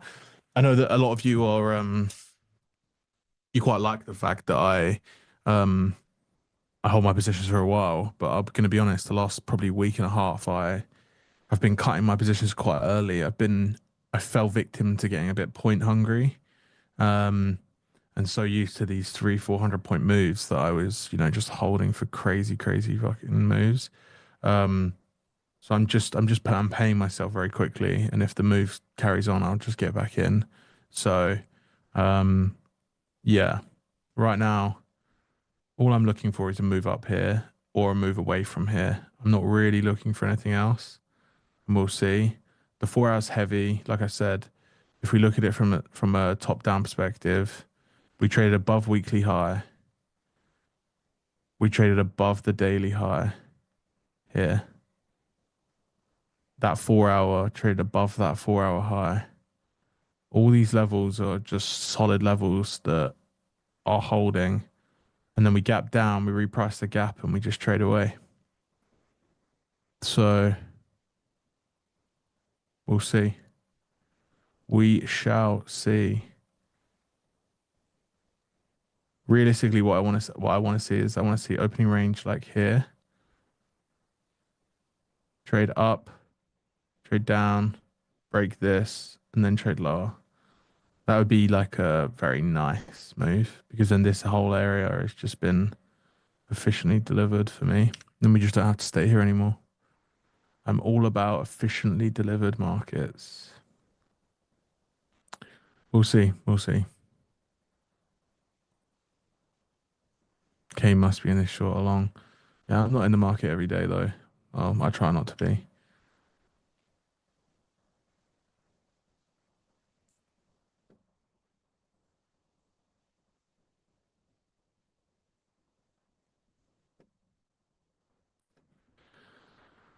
Anyway, I didn't tweet out about this. Let me just tweet the stream quickly, boys and girls.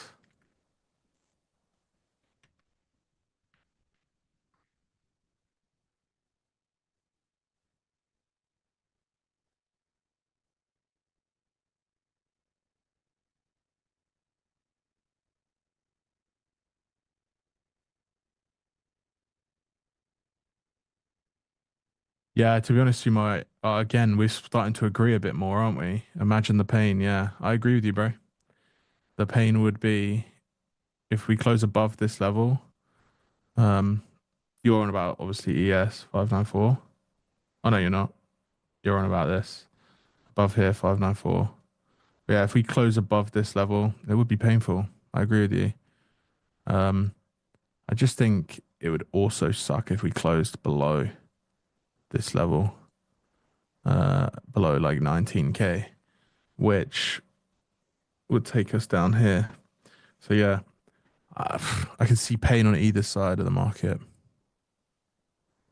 Do I measure out the opening range? Nah. What does it do for me?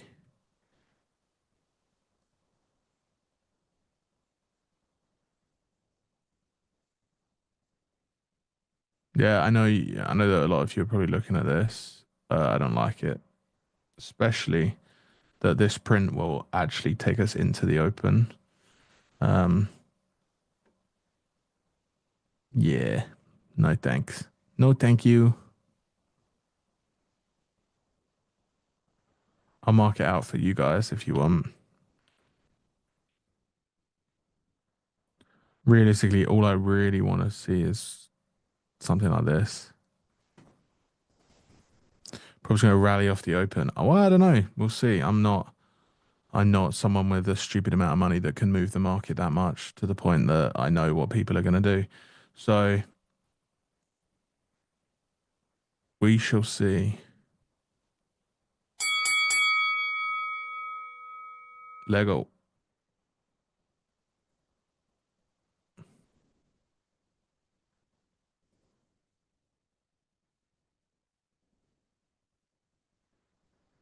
The DJ in me's like sell stop, buy stop this now.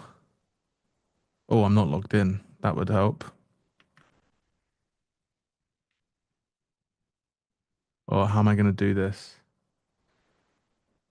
Um,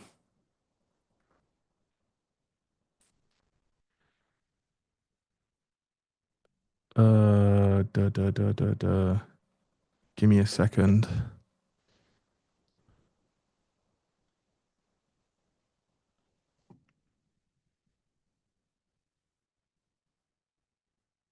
Yeah.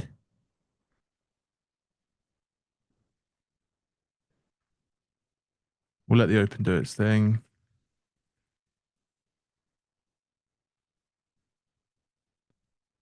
Okay.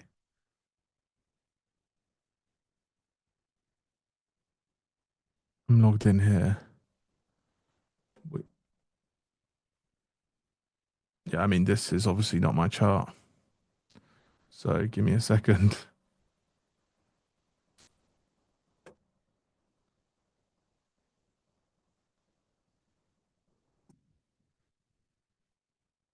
There we go. Kane exposed. Yeah.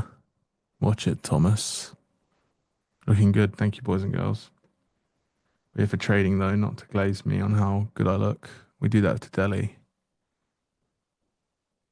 Oof, big sell-off.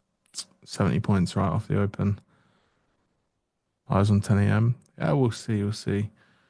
I truly don't mind the short here, but it's hard.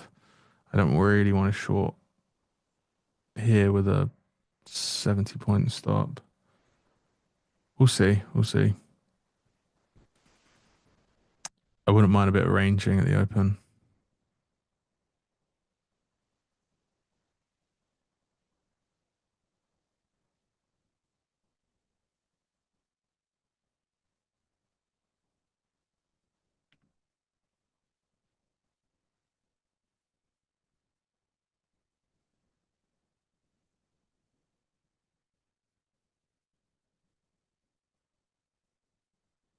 New hourly low. They both made new hourly lows. 15-minute. Oh no, we'll see.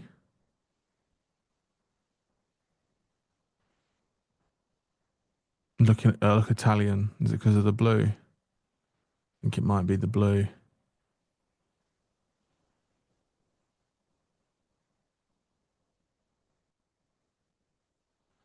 Ooh.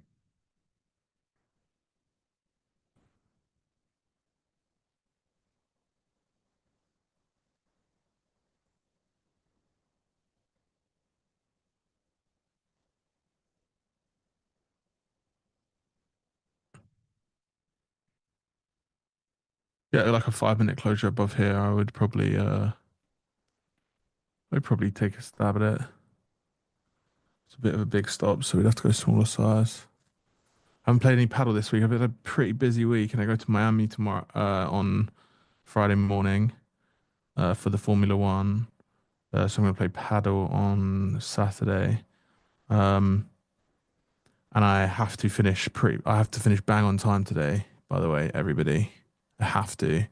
I have a dentist appointment that I cannot miss. So, um, yeah. I'm in Miami. I'm in Miami Friday to Monday. If someone wants to play paddle on Monday, I'm more than happy to set something up. But yeah, I'm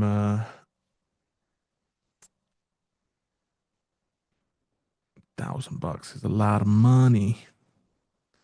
Yeah, we can sort something out. But I'm playing paddle on Saturday, and then I'm doing something all day Saturday, and Sunday's Formula One, and Friday I'm recording a podcast. So I got pretty busy. Um, got a pretty busy weekend. But someone wants to play paddle, we can get a bunch of us going, play a couple of Monday games. I'm down. More than happy. I'm happy to long this. Just want to be long in the next 5 minute candle.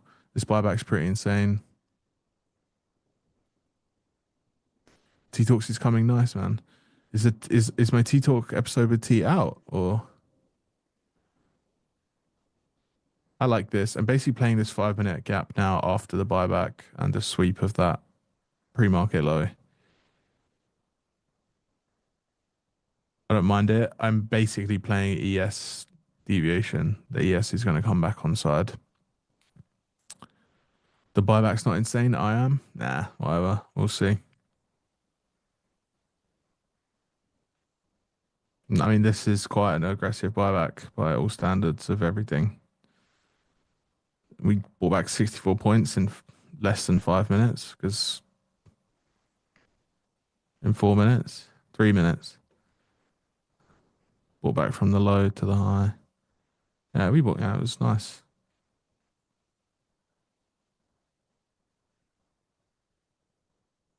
Yes, it's heavy. Yeah, what happened to the X? It's a very long story, to be honest. We're still trying to figure out about it. However, like I said, our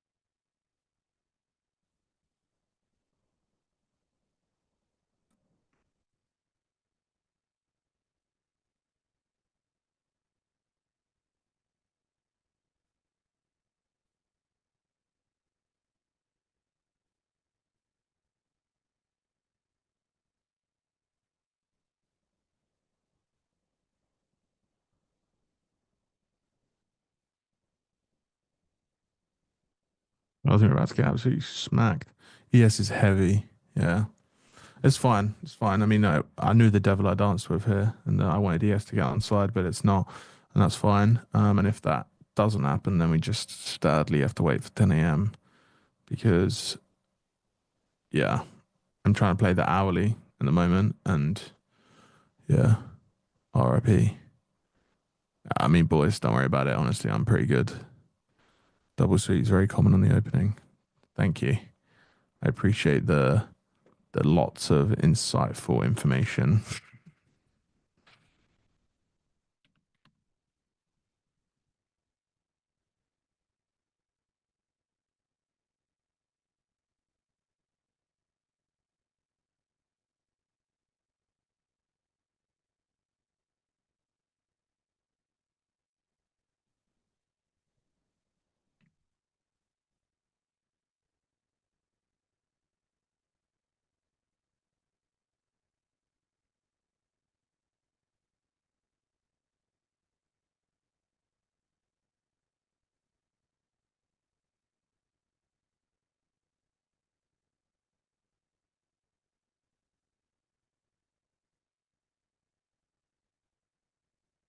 It's nothing really for me here, boys and girls.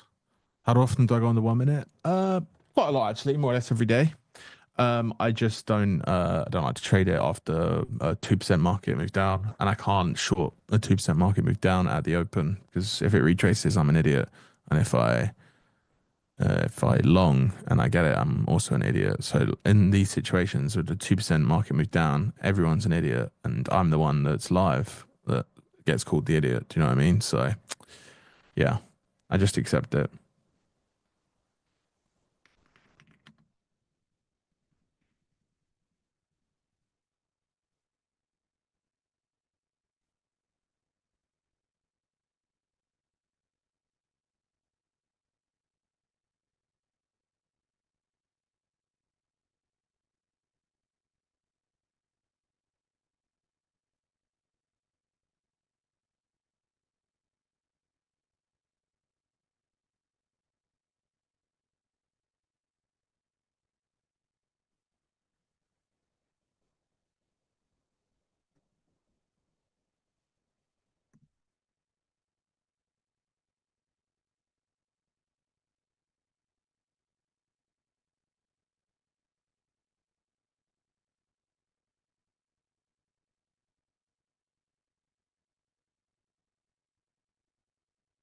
I mean, it depends. I trust the three. I trust the one.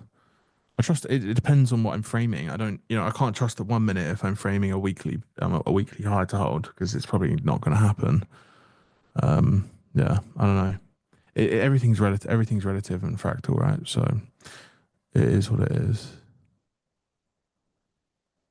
Yeah, Roman paddle's fun. It's really fun. Um, when you travel, you should just look to play it.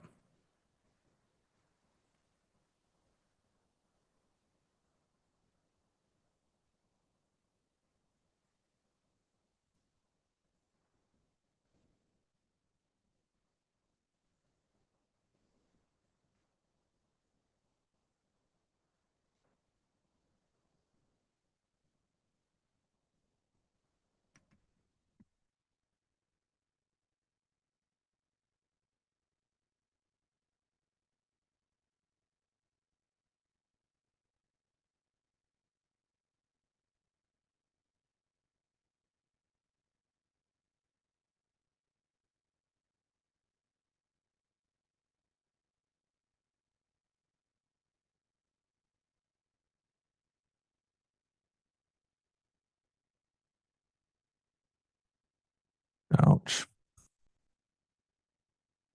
Nice.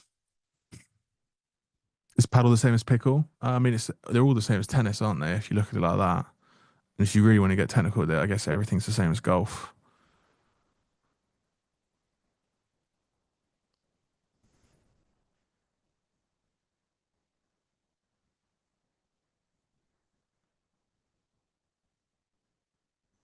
Took out some daily lows. Nah, I don't even think this holds. I think we just go down. Yeah, I mean, paddle and pickle are similar, right? I'm being a bit facetious. They're similar, but once you play paddle, you'll never want to play pickle again. Yeah, basically everything with the bat and a ball is golf at that point, yeah. Equal highs at 19,300. I think you might be zooming in a little bit too much there, my boy. Because if you just zoom out, it's just it's just an hourly high.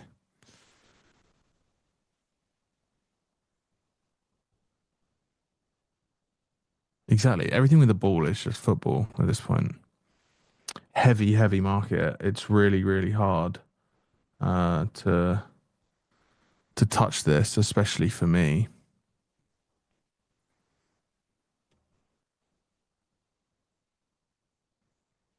Anyway, boys and girls, we've got 315 likes. There's 1,400 of you in here. You boys and girls are being lazy. I might just go home. I'm already home, by the way, but I might just go home till we get 500 likes. I've got to hold on to that like record. So come on. Come on. Let's rack it up. Also, while we're here, if we all want to go to NinjaTrader, the channel, click on the live button and then click popular. And if you scroll down, you'll see Tanya's beating me by a couple of views on 3 of my videos. If we all just click the video once and just take that over, that'd also be great. trying to get that NinjaTrader bonus at the end of the year at the annual golf party. Come on. Yeah, it's a brutal move. What are we down? 2.5%? 2.5. Come on, look, I'm going full-time influence, so when the market's just doing it, it's moving without me. I'm full-time streamer, yeah.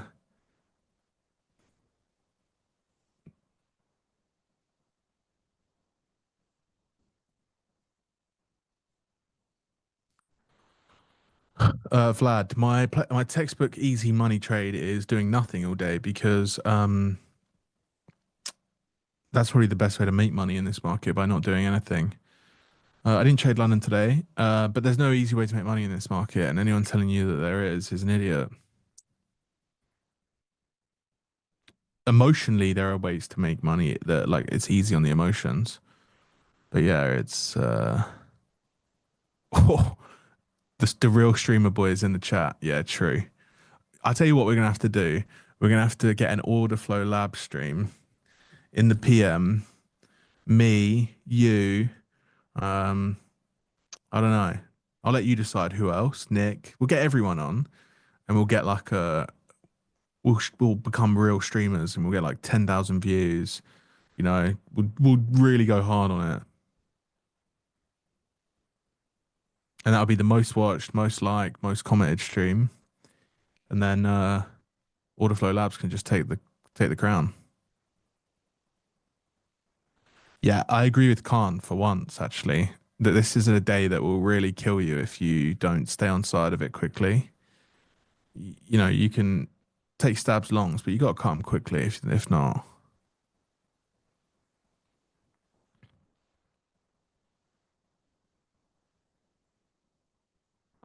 Now that you have taken loss, do I take half risk? Not really. I can't really go. I'm not trading micros. I'm going to be honest with you. I'm kind of just trading one mini today. That's kind of my plan. One mini to save them all. Oh my God, it's Trader Kane. I'm waiting for the day that I hear that at the airport. Until then, I'm just Kane that is also known as Trader Kane on the internet. You know, I'm trying to become Trader Kane in real life.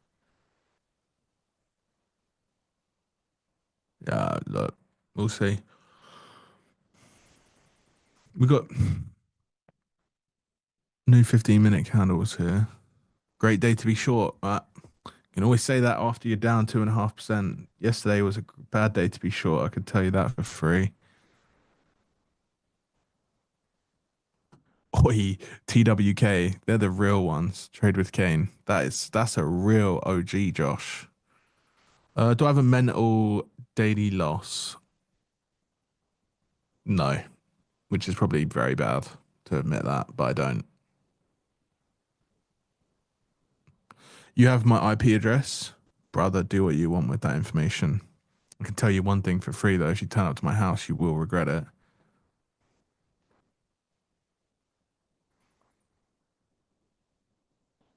When entering a trade, do you look for confirmation or do you look to limit order?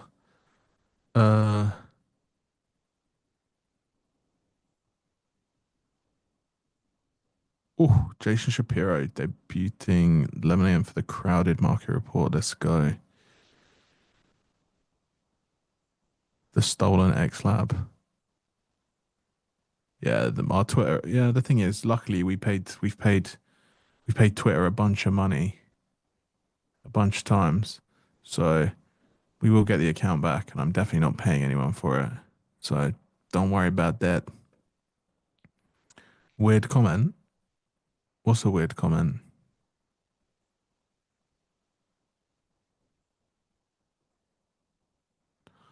I'm going to be listening to that market report in the car on the way to the dentist. That's what I'm going to be doing.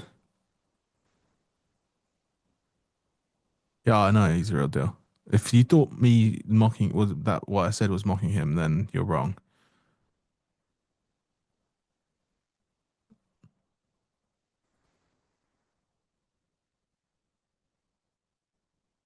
Oh look, Trader Kane says the guy in a private lounge. that he said you had your IP address. I think he was just joking, bro. I think everyone's kind of making potentially a joke out of the fact that our company Twitter got hacked today.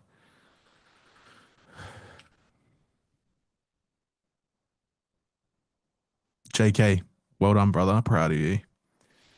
I'm gonna collab with Romeo. God, chat. The market's boring, eh? We're just cracking jokes, and it's not. We're 15, 20 minutes into the stream.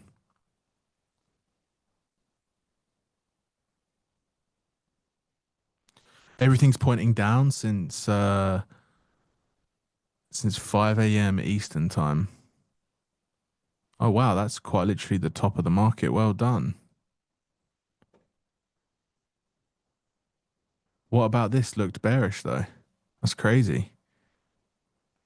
Yeah, this is so bearish. Oh my gosh. You're right. You're right. I tell you what though, at 16.5K, the market looked pretty over. And if you longed here or here, you probably were being called an idiot. But then 3 weeks later, you are a hero. Do you see the point? Do you see the point here? Is that it makes sense now. It didn't make sense at the time.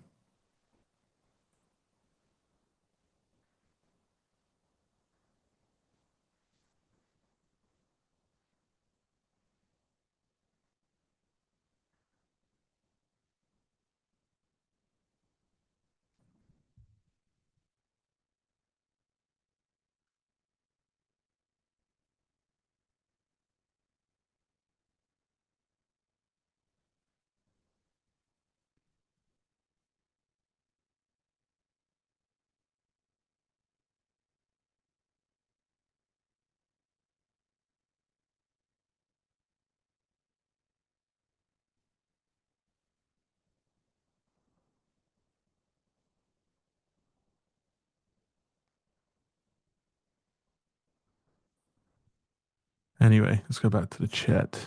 The chat.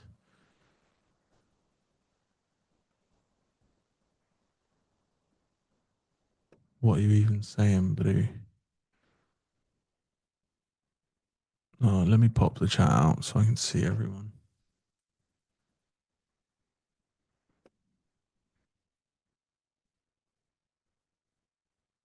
Who am I cheering for at the F1? Probably McLaren, to be honest with you.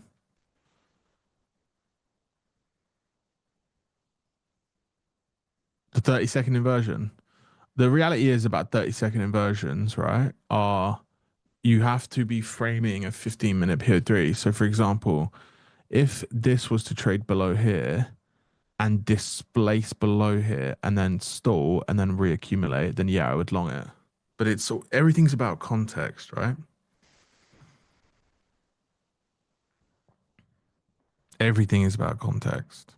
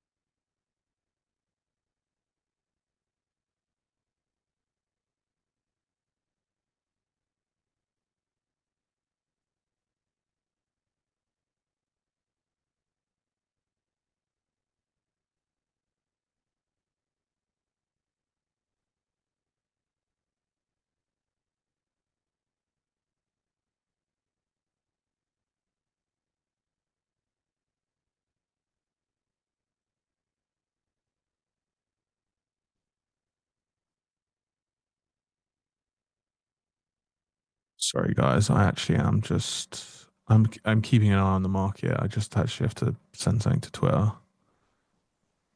Hey, Kane, I have a question. Why did you use the 30-second long with the 50-minute PO3?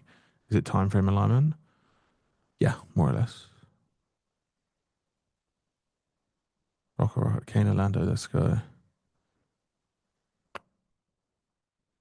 We're getting Lando on the stream for 10K likes. If we hit 10K likes, I'm sure NinjaTrader can do something.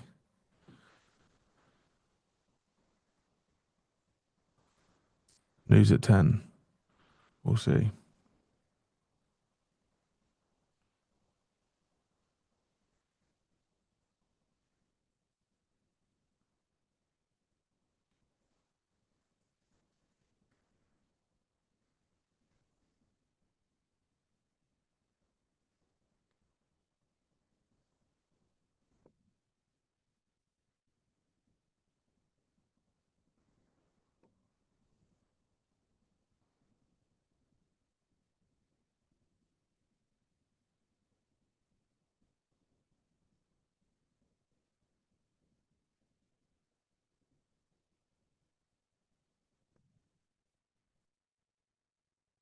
ES deviated, took that 5-minute low. I just want to see them both take that 15-minute low, or at least one of them. If one of them takes 15-minute low, then I'll click long. I'll get long. However, I won't do it right now because it's 10 a.m. in 5 minutes, sorry. So until then, I shall sell my hands and wait.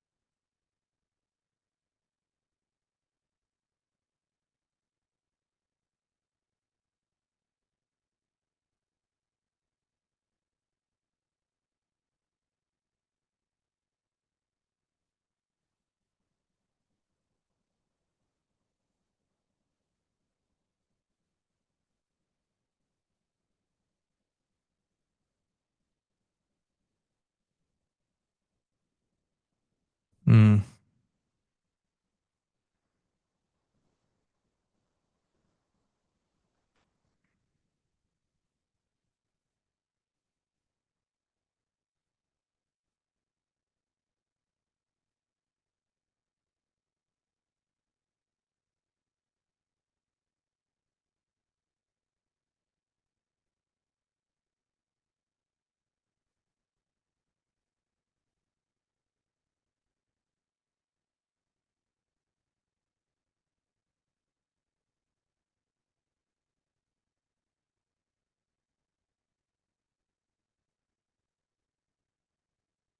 Right, we've got 4 minutes. Right, okay. I got the account back. So now I'm everyone's. Right, 10 a.m. reversal or not? Yeah. Yeah. I mean, look, if we hit this 15-minute, it's great. And now everything's aligning, right? So typically what I like to do is I just like to mark out all of the opens. And with the 4-hour open, obviously it's not always the case, is the 4-hour open. Let's just say the 4-hour opens here, which will also be the hourly open, the 15-minute open, the 5-minute open. I'm getting short below all of these opens. So the more time that goes by, I just need to. Sorry, I'm getting short. I'm getting long below all of these opens. So the mean reversion just typically tends to work out. So with this 15-minute, and now in 3 minutes, I just want to see a deviation lower. Ideally, the further the deviation, the better. And once we reclaim these levels, I just want to long these areas. Some days I'm right, some days I'm wrong. Some days I'm neither. And they just do nothing. Convict. Data in 5 minutes, inflation again. Yeah, we'll see. We'll see. Buyers have no juice. Well, we'll see. What time frame do you usually trade 1 minute off of? H4 15, 1 minute. And then I use 30-second inversions. Dangerous. What would be do you know what dangerous would be? Me doing this. That would be dangerous, putting in a random order for no reason whatsoever. What I'm doing right now isn't dangerous. I'm not doing anything. Summer trip to Miami and Padel. I always call it Padel, so apologies. I don't know why. Just something me and my friends joke about, but The T trades is coming out soon. My week so far, it's okay. I think I made 6K, 6-ish K yesterday, a bit less, maybe like 5. And then Monday, I didn't trade. Maybe I lost, like, maybe I did. I don't know. I can't remember. I don't think I did. Um, and then today, I think I'm down. Don't know. I think I took one trade. Let's have a look. Down like 1K. Yeah, I know. I'll also get ripped for calling it paddle tennis, but for adults. It's fun, honestly. I would say this, right? It's if you haven't played it, then don't shit on it because yeah. Well, the 3 minute, I actually prefer the 3 and the 15. I do everything from the 4, right? The 4 hour to the 3 to the 3 to the 1 to the 30 second. And the 15 is just 215. The 30 is just 2 15-minute candles in my head. So when I look at like the 15, I will look at it like this, right? That's good. We'll see. So like say these are 2 15-minute candles. I would hover over this candle and say, is this the, actually we can just use the 15-minute chart, right? Here, I would say, okay, this is 9:30. So this is a new 30-minute candle. So now this is a new 30-minute candle. I don't need to go on the 30-minute chart to look at that, you know? So I just do everything on the 15. We might get this. We might get this. This could be the low of the day, boys and girls.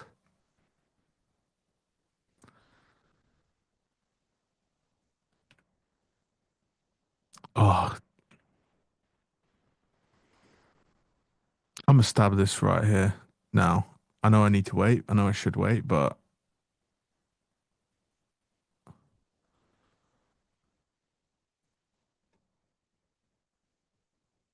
oi, don't do this. No, no, no, no, no. Please, no, no, no. Don't do this. One more leg down, Kane. Oh my God, come on, Kane. Why are you doing this? Why are you long? We're down 2.5%. Blah blah blah. Like, guys, just you worry about you. You worry about me. I'll worry about me. If you want to worry about me, but in a nice way, ask a question. Don't tell me.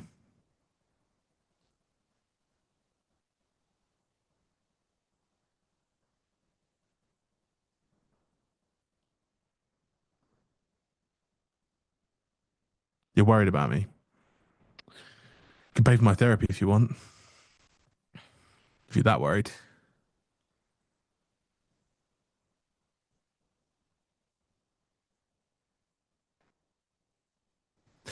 Chat, I'm going to let you in a little secret. Next time you see me, I'm going to have new teeth.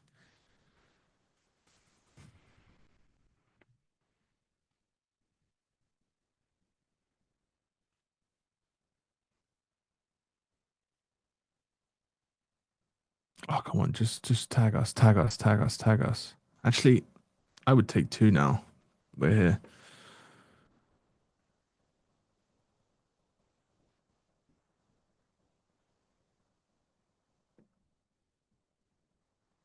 I'm going to have new teeth, yeah. Nah, not going to Turkey. I'm not going to Turkey. Don't worry about that.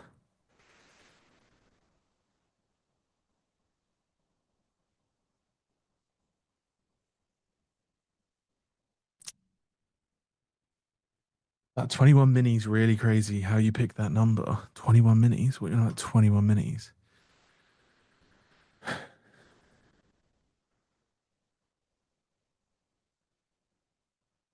I'm having non-invasive porcelain veneers. There you go. I'm having brand new teeth. Not having my teeth shaved or anything like that. Come on, stop teasing us. I'll take this. This is a textbook trade for me. Yo, the short last week, 21 minis.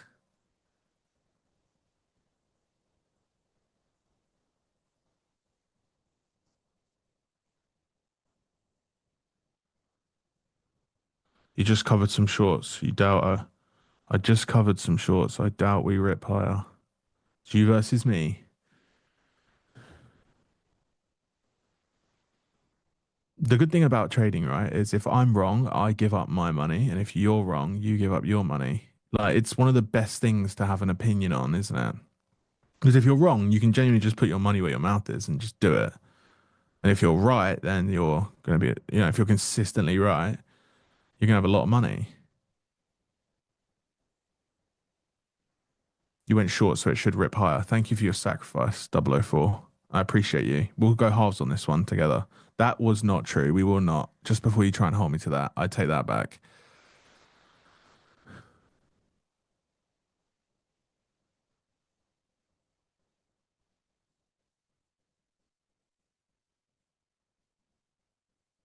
You know how everyone just, honestly, it took one candle for everybody to change from, yeah, it's going down to longs look good. Honestly, it just genuinely took that long. Okay, we can view this on the 5. We'll sit on the 5.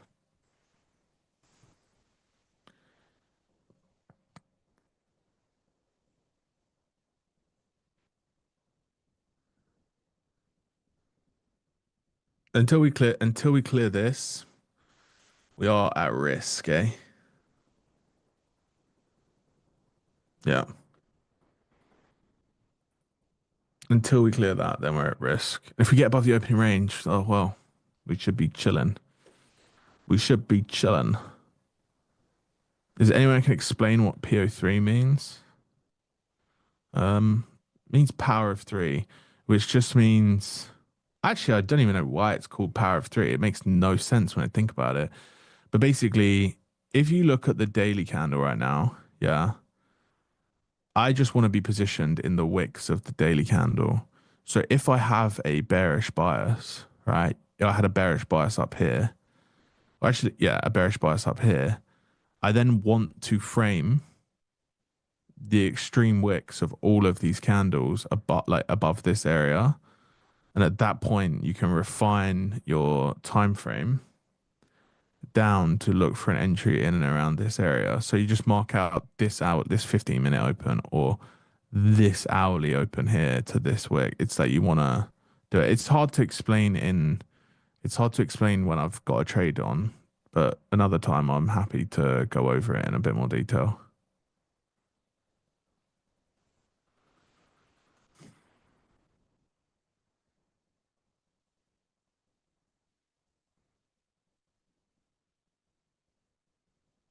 Anyway, whilst we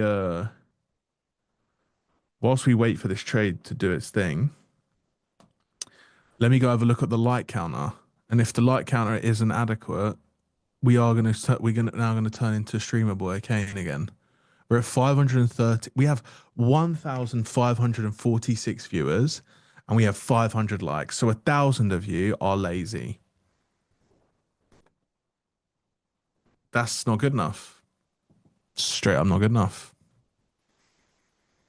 Yeah, I agree, Sumo. Open, high, low, close is actually what I call it a lot of the time, but chat just keep calling it PO3. So, yeah. Basically, you're just framing that if something opens high, it's like very small wick like this, the likelihood is that this might actually be how the candle finishes, and this is the wick, you know?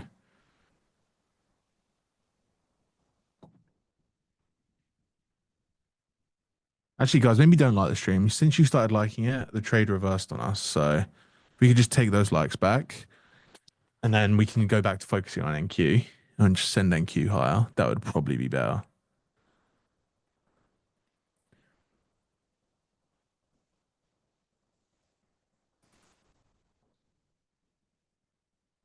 I'm really happy with this risk, this trade. There's no reason to get break even yet.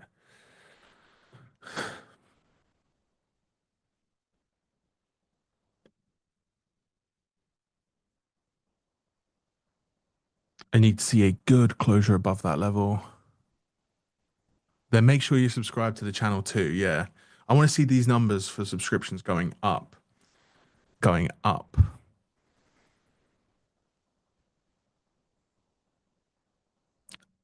If we close above here, we're going to go back to Streamer Boy and we're going to beg for likes and subscriptions and things that cost no money other than your love and support, which is why we do this. Yeah.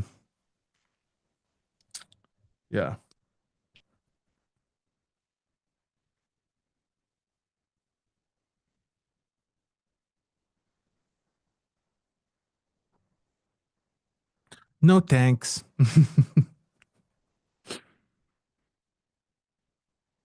Why are you placing your TP? First 5 minute high and premium. Yeah. It's crazy, isn't it? It's almost like that's my strategy to trade to the highs in 50% of the range or the lows. No thanks. Anyway, right. PO3, let's start calling it open, high, low, close. I agree with Sumo. Me and Sumo are just agreeing a lot recently. There's one thing we'll never agree on though, and that's RTH, but we'll get there maybe one day.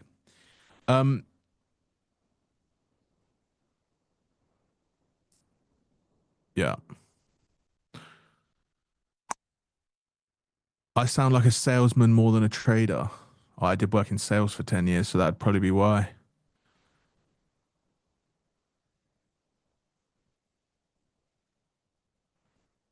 No thanks. Anyway, we closed above. Let's get to 1,000 likes. Come on, there's 1,500 of you in here.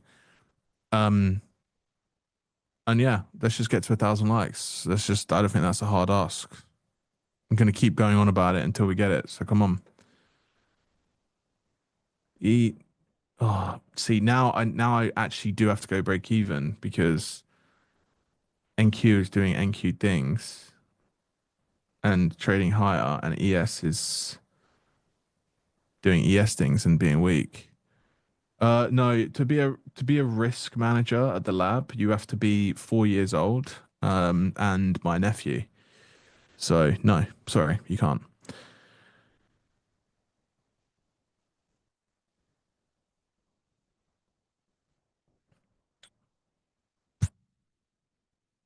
Wouldn't you want to be positioned in the H4 wick?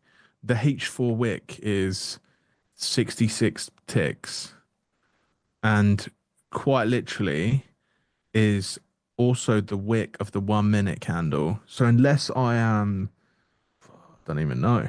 I don't even know who I am. But unless I am someone that has the ability, which I'm not, to get long in this candle, I can't, I'm afraid. So yeah. Okay, we begged for likes. We got 100. So let's beg for likes a bit more, and so we can get to 1,000. And also, let's start sending this stream to our friends. You know, we could probably get to like 2K live viewers. Do you know what I mean? Think we should do that. Maybe. Yeah, don't break even here. Look, the reality is if I don't and it comes back to break even, I'll want to close it anyway. So the lab risk boys, the lab risk management department stuff is just a play on the Lehman Brothers risk management department merch that drops all the time. You know, because Lehman Brothers went bust because their risk management department sucks. So yeah. You think a podcast with Jacob is a good idea? 2 guys, 1 decade in the market. It's crazy. I wonder why I'm going to Miami on Friday. And just imagine we had someone else that had another decade of experience in the market. That'd be crazy. That podcast would do numbers, eh? That'd be crazy, honestly. Crazy, crazy. Anyway, small plug. Subscribe to my YouTube channel if you want to see that. I'm kidding. Hit the like button. Exactly, Sarah. Hit the like button. We're trying to get to 1,000 likes so we can get Sarah over to Miami at the weekend. Get her out of miserable Naples. I'm kidding. It's not miserable there. It's really nice there, but we can get her out of the studio. Wait, I just moved my thing on my phone. FX Alex G. He can gift me one of his Bugattis if he wants. What's my model? I know you lot don't believe me, but I'm an order flow trader. Yeah, long VWAP. I know you don't believe me. I know you don't. but that is the truth.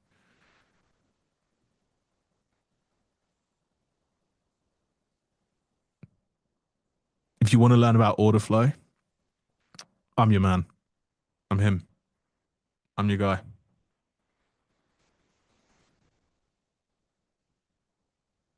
Yeah, I'm your guy. I knew you were listening. It's crazy. You don't talk, and I start talking about order flow and put a VWAP on my chart, and you just turn up. It's like crazy. It's crazy. He just called VWAP order flow again. Yeah, that's it. I'm an order flow trader. I got VWAPs on my charts. That's it. That's it. You see how these crossed? This is, I can't tell you what this is called, but it's very bullish.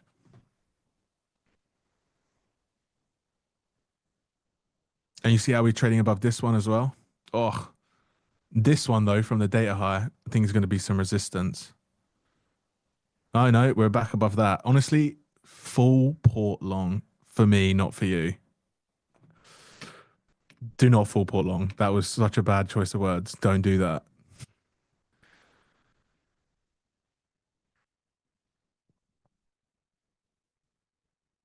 What is actually my strategy? My strategy is quite simple, right?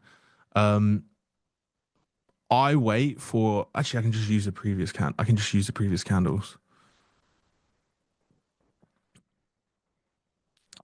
So I wait for like a previous 4-hour high to get traded into, and then I look for a mean reversion against it. This is pretty simple, isn't it, when I say it like that? But like, for example, here, yeah, I would be looking for this to hold, this area, this inversion. So because this 4-hour high, 10 a.m., so this is 10 a.m. open, 10 a.m. trades higher. So now at this point, this is a 4-hour wick with a bearish body. I want to see this 4-hour candle then sell down. This was a bad day, but actually it's still the same logic, right? Is this 15-minute candle? I want to see this respected and then expand in against the previous 4-hour candle. And then I combine 50% of ranges, and I basically target 50% of ranges from 4-hour extremes. It's probably the easiest way to explain it. And that's what we're doing here, right? If we go, wow, where are we? We're up here. Oh, gosh. Golly, golly, gosh. Okay, so we had this big drop. We dropped. For us to continue lower, my logic is that we need to visit 50% of this range. So if we're going to return, we're going to do it around those higher time frame opens. So the 4-hour, the hour opens. The 4-hour open is the hourly open, right? So when we trade into a 4-hour low like this, and we get that buying power against us, it just means that, in my head, means that buyers are now stepping in with that time frame, with that time frame change, and we should now visit 50% of this range. That doesn't necessarily mean that it will do it every single time, because what can happen is this, right? Yeah, and then standard deviations is that this could just visit here and then go like this, right? And then tomorrow come back for the 50% of the range. And this will be like 2 a.m. and this is the trade, right? So I'm not saying like it's 100% right all of the time, because it's not. It's just, that's just fact. It's not. But it's a way that keeps me in and out of trades. It doesn't mean that I don't sometimes just buy the market and trade it, but that's typically the model. There are continuation and reversal examples, but most of the time I look for SMT, and there is SMT present here. What is that SMT? That SMT is that 4-hour, that 4-hour, that 15-minute, that 1-hour low. Yeah. ES didn't take the previous 4-hour low. Buyers stepped into ES at the open of that 4-hour candle and sent it higher. Sellers sold it in, push stops, and then pushed. So for me, my stop loss should be there. So yeah, that's the logic, right? What am I going to give a discount for the lab? We ran a 20% discount like 3 weeks ago.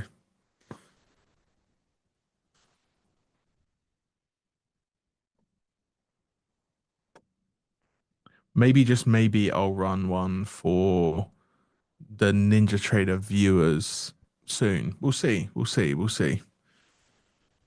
I know. We'll see.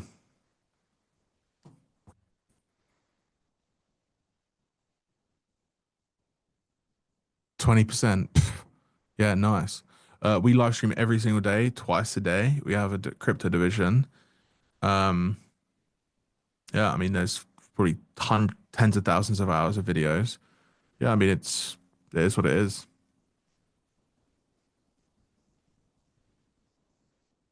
I don't stream daily, no.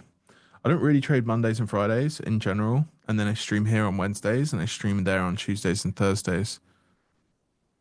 And the crypto division is, yeah, it's really good.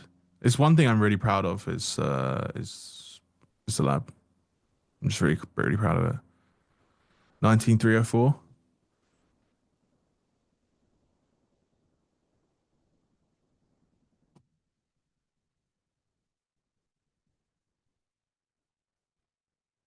I had 250k accounts on Apex, and I roughly risked about 1k a trade until I was up like 1 mil ish, and then I started increasing the risk because I was getting to that uncapped payout, and I was trying to run it up into 5 mil, and we got to 3, lost a mil of it, and withdrew 2.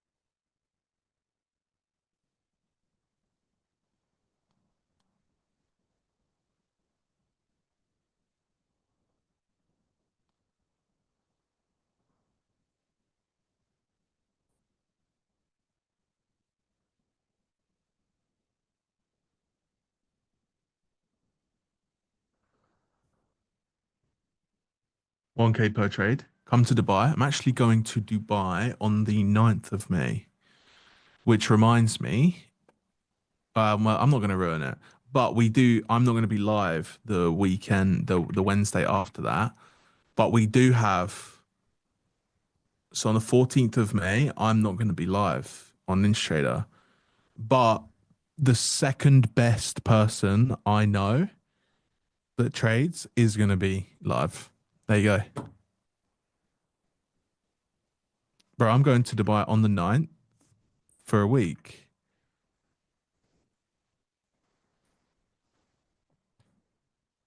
So yeah, an interview with Adrian. Yeah, guys, I'm Alex to go. Is it Alex? It's not Alex, which is so bad to say that because Alex is obviously a very good trader, but I'm trying to hype up the person that is going to be covering me for that session. He's also very, very good looking. I don't think he's English, so he may need to put on like an English accent and dress like me for the day. Like we should just have them become me, you know? Pretend they're me for the day. That'd be fun, I think. Wonder if they're still here. You haven't asked me yet, but I'll do it. Okay, we're sitting around the opening range. I don't know. I don't know who it is.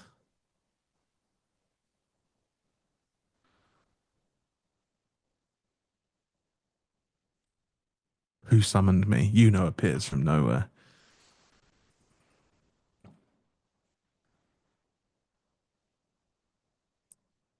I'm not doing an interview with Adrian, in Dubai.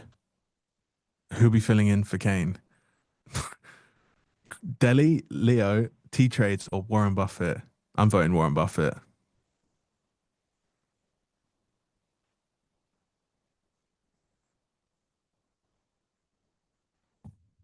Handsome. That guy's also rich. He's got a couple of $100 billion. Okay, should we look to close this out?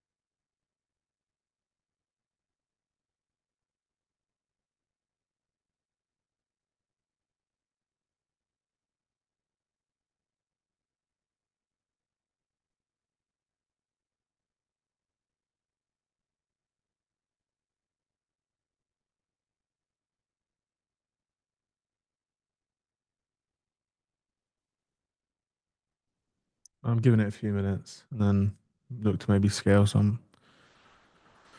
I don't want to get caught offside here with some random news. I've been burned a few times recently with that. Do I think it's possible to run up a mill? Yeah, I mean, it's definitely possible. Multiple people have done it. Follow your Twitter, decide to peep the NinjaTrader. I love your work. Appreciate you. You close your long. Yeah, I mean, I'm also getting to that point where I don't like the break, the non-break above the opening range.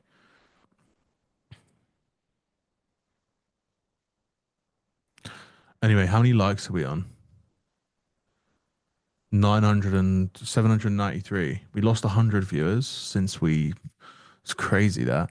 Anyway, 100 and no, 200 more likes. 200 more likes. Come on, we can get to 1K. I know we can. I know we can. I trust you guys just as much as you guys trust me. We can get there. We can get there.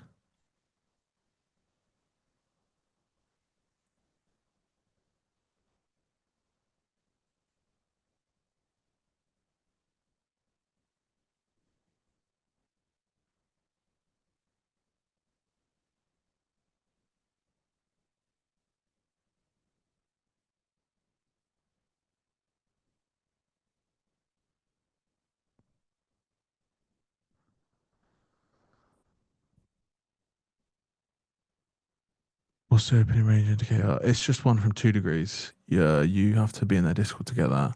Do you like the gap on the 23rd of April? Not looked at it. If you could stream more than once, I would. Yeah, I'm sure. But I can't.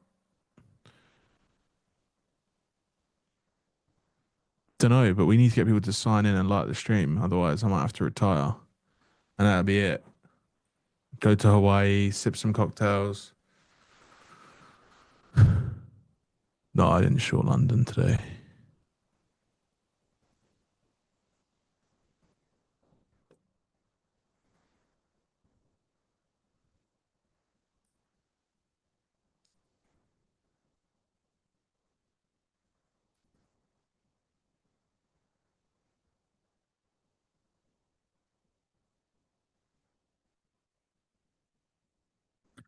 Come on. Am I going to teach my niece trading? I don't know, maybe. If any of them want to learn. I'm not going to force them to trade, though. Do you know what I mean? That sounds a bit capital punishment kind of style stuff. It's like the best job in the world.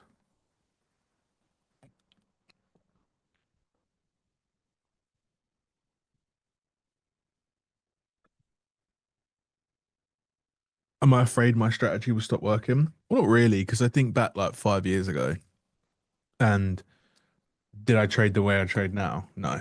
It was so different, you know. So imagine in the future, my model will also change, or my strategy, or my pattern, or I don't know, whatever you want to call it.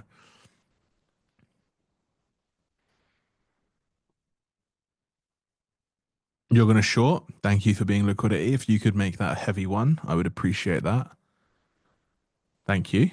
Whoever did that, thank you very much. Any more shorters in here? We welcome the shorts right now. The bid and ask are desperate for the shorts. If you could please pile in the shorts. Come on, keep them coming.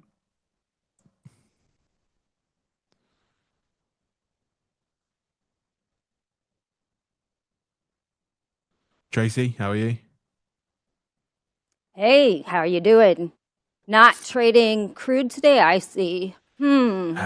Sorry, Nazi decided it wanted to move, so yeah, it's my baby. Sorry. All good, all good. So we should have data. All right, so crude inventories, minus 2.696 million. Expected was a build. That is bullish. Cushing inventories, 682,000. What it was expected. Gasoline, minus 4.003 million. That's bullish. And distillate stocks, plus 937,000. So expected was a draw on that one. So kind of mixed data, but leaning to the bullish side altogether. Yeah, oil just went up 0.5%, it seemed. So it went up quite a good amount. Yep, like that. We had a huge draw in API, or a huge build, sorry, in API yesterday of 3.7 million. So this came in much better than API, even though I hate API numbers. Decent. And How was so, the birthday last week? Was the celebrations good? so it was good, and we have another one tomorrow because Shab and Sab are going to be in town. So we're going out tomorrow. Oh, when do they leave? So should be fun. They leave on Friday. Oh, they leave and I arrive. The world and Miami and Florida just can't have us all together in one place, can they? It's just the way it is. I know. One day. One One day. day. Nah, we'll sort it soon. We'll sort it soon.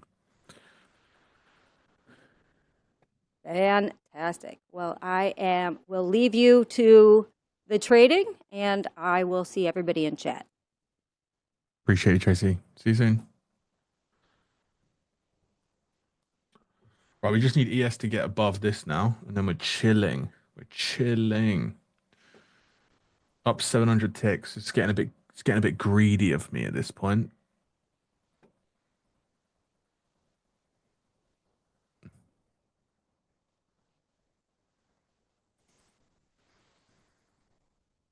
When was the last time I had a week that ended red? Not last week, the week before, maybe. I don't know. I don't really look too much. Just how do you anchor your premium discount on which time frame? Depends really. Again, everything's contextual, guys. Where was I trading 5 years ago? Where or what? I don't understand the question. Oh, you did say what? Sorry, I thought your name was N what. What was I trading 5 years ago? What's that? 2020? Crypto, mainly. Last losing month was February. Really good Jan. Light February, but it was a losing month. Did I take any contracts off? No. We have sold none right now.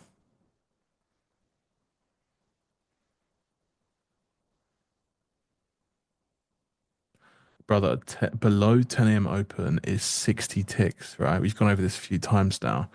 Is 60 ticks. And if you go down to I imagine even on a 30-second chart, there you go. Let's make this even better. Let's keep going. I had to get positioned below 10 a.m. open today. I had 10 a.m. I had 5, 10, 15, 20, 15. I had not even 15 seconds. I had 10 seconds to get long below the open before at 20 seconds past 10, we were above the open. Like, come on, like, let's just be smart about it. I'm good, but I'm not superhuman. Like, I'm not longing something 20 seconds into a candle.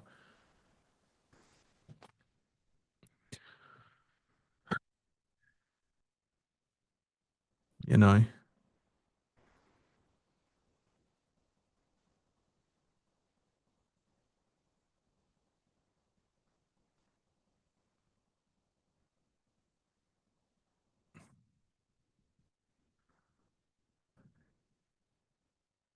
Currently up $6,000, nearly $7,000. Might have to just take this off. And then just start winding down my segment because I need to leave dead on the hour today.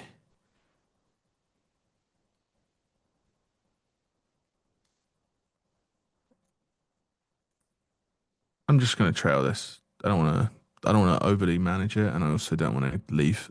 We get whacked down here, I'd be annoyed.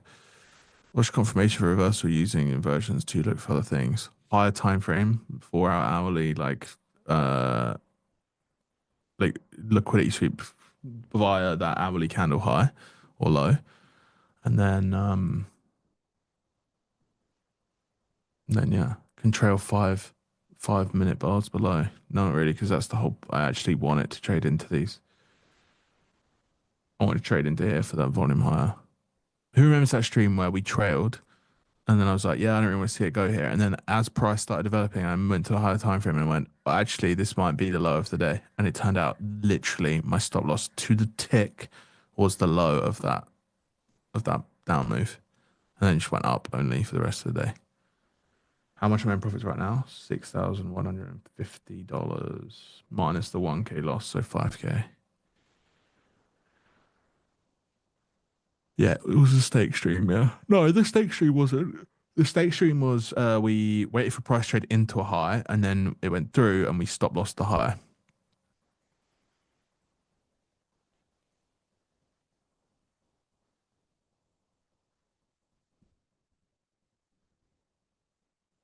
I just use inversions because it for me it signifies market structure.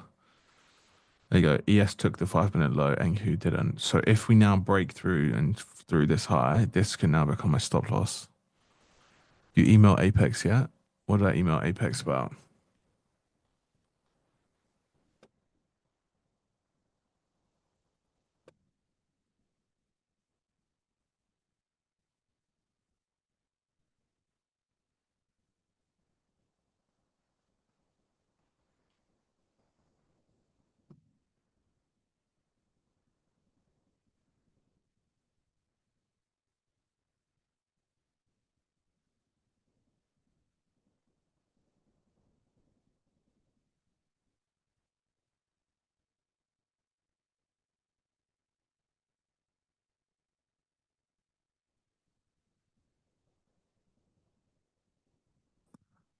No, I don't. Wait for a change in state of delivery.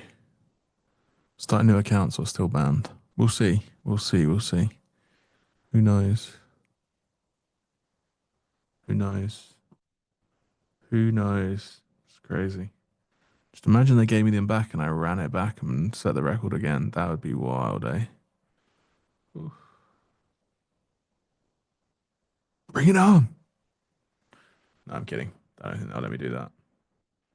They will maybe though let me have a couple of accounts or at least one. We'll see. We will see.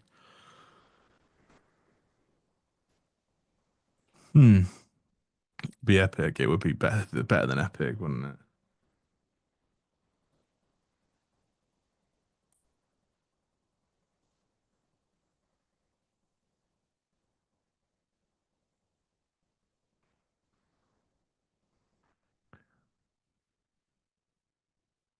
Kane, what's my weekly bias on Wednesday? Down.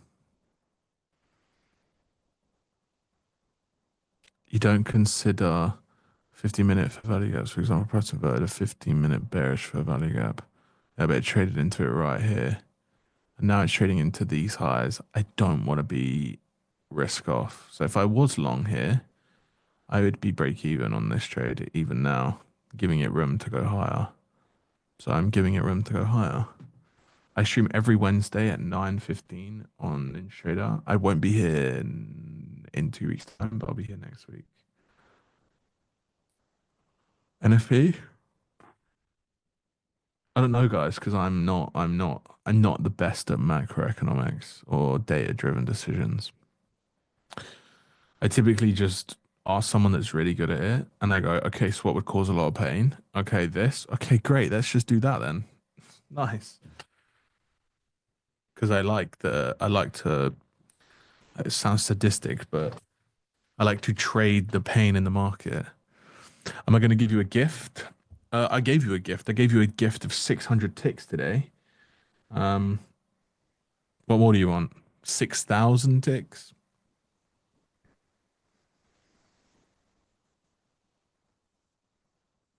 I don't think I've got that one in my bag. You might have to tune into the Order Flow Labs stream. Do I want a girlfriend? Are you propositioning me for a girlfriend right now on an NinjaTrader stream? Is that what you're doing?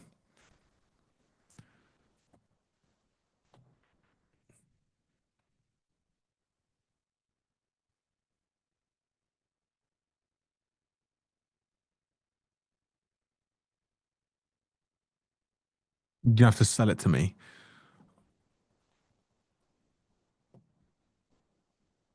Can't just be like, do you want to get married? That seems a bit quick. Do you know what I mean? You might have to take me out on a date or something.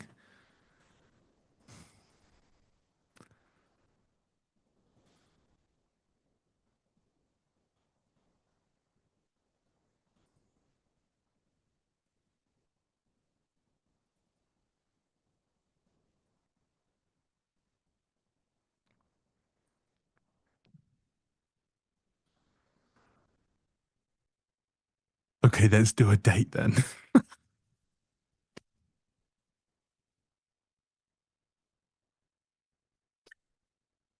What have I signed up for?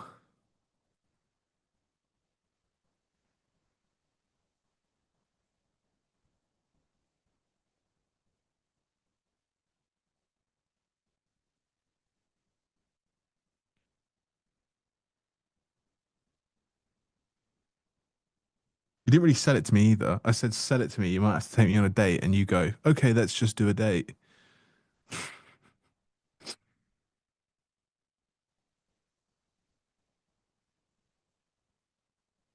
Yeah, I don't share dessert. I refuse to share dessert with Shab. It was just a thing. It's just I don't do it. Sorry, not sorry. Shab, I would share dessert with you now. Just at the time, I was just trying to be mean.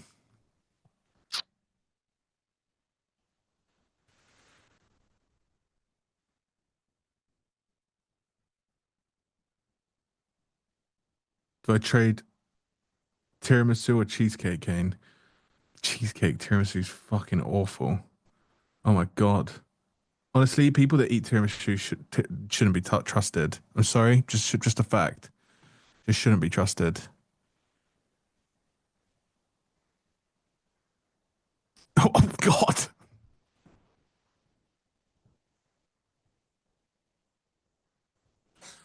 Yo.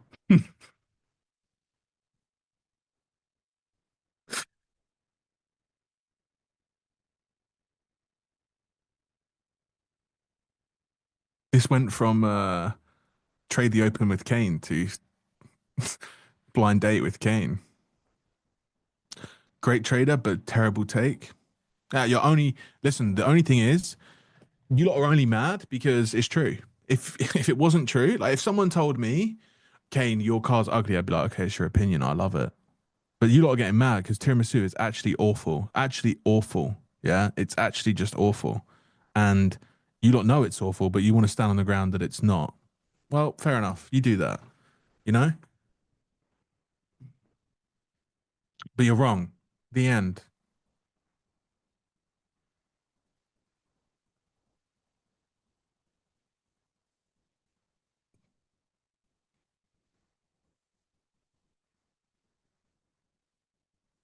Don't discriminate desserts. Bro's the same color as premium on his chart.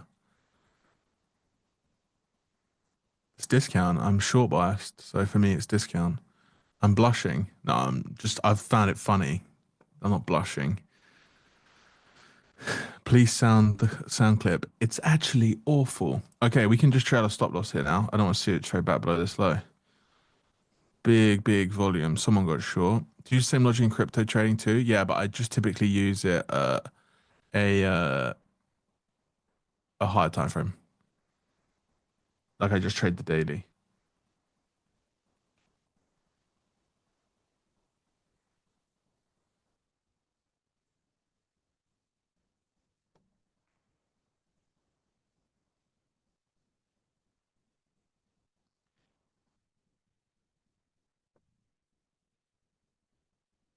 Let's keep this momentum going in the lab tomorrow.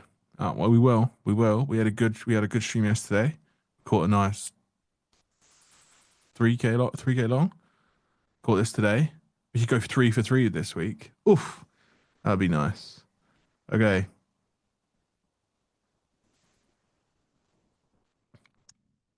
What do you think? Do we get all-time high next couple of weeks? Was it like in May? I don't know about that one, my boy.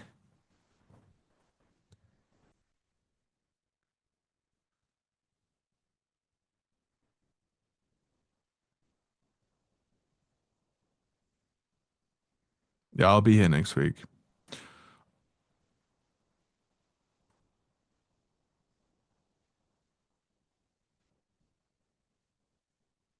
You asked me again. You've asked me twice now. I am single, yeah. Like I don't have a girlfriend. If anyone, if you could just everyone email me that are dating applications, you know, it's not what we do the show for, but yeah. Is it daily or hourly context in crypto? It's actually more like weekly, daily. So I normally am looking for like weekly swings and then I'm trading daily inversions. So like for example, I've very quickly show you, right? So like here, if we go on the weekly, like, this weekly swing gets put in with, okay, ignore this SMT, but this weekly swing gets put in. ETH has SMT, shows weakness, and then I go on this candle right here. Yeah, I go to the daily, and then I mark out like something that took us up. This we don't trade below at all. We trade below here. I get short here. I target -2 and 50% of the range. It's a 2-hour trade, and it took like a week to play out, but it's, yeah. Oh, I do have a boyfriend, Max. Yeah, I do have a boyfriend.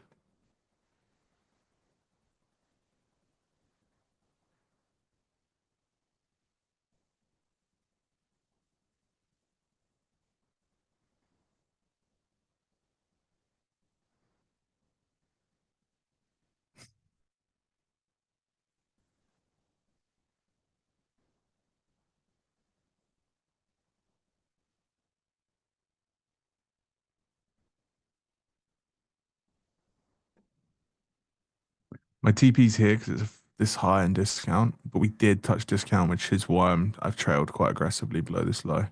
If we get taken out here, we get taken out here. We would still make, 500 ticks. Well, it's not actually going to be 500, and that's going to annoy me.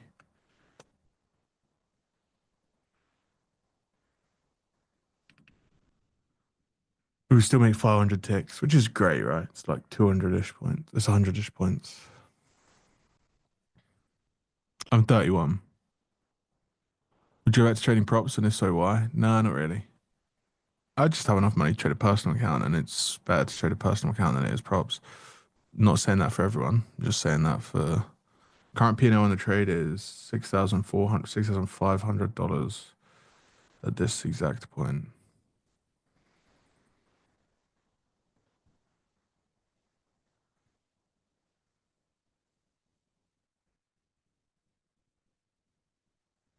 What your thoughts? Probably it's coming back to the EQ of the new range, then higher. Yeah, it can do.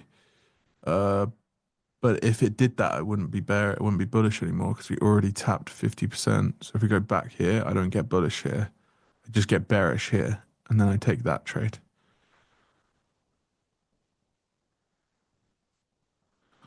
No, I didn't. No, I didn't catch any of the downside this morning.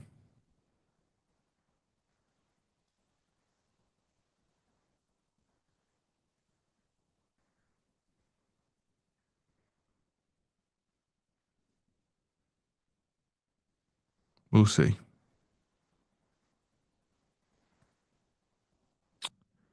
System will stay when you're trading with props. Yep. I just got out a lot quicker. Do I think this will push through VWAP? Where's VWAP? Oh, it's in the overnight VWAP. That gets measured from Globex, right? Apparently not. It's finally hard. Do I live stream every day? Tuesdays, Wednesdays, Thursdays. Yep. This should get slammed back down here. Okay, buy it up, boys and girls. Khan short. He's the liquidity we need to go higher. Thank you, Khan. Really appreciate you. We'll see you next week. But NT singles, whether you're looking for a long or just want to hop in some shorts. That's pretty funny, to be honest. Is there an FEG on the 1 minute time frame? Would you take an inversion rather than a 3 minute? I did take the 1 minute. It was the same. Oh, like I just took the 3 minute, but on the 1 minute. But yeah, we'll see. It's definitely getting weak here and around the open. There's a lot of reason as to why it could go lower. Would I look for shorts? I'd only really look for shorts if we break something like this after this impulse. Until that, then no. But then I won't look for the rest of the day anyway, because I'm gonna get my teeth done after this, and then I'm done, and then I'll come back, and then yeah, the end. Actually, I'm just gonna trail this to here because I like this formation. Top, then lower, and also it's discount. Take the high, and if we get stopped, we get stopped. 500 ticks or 800. We'll see. 300 upside. We've locked in 500. Thank you so much for you do. Life change stuff. Thoroughly appreciate it. I appreciate you and appreciate that comment. Thank you. getting a grill. No.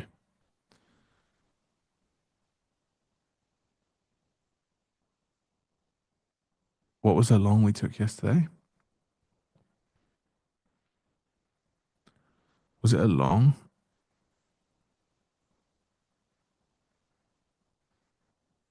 Uh,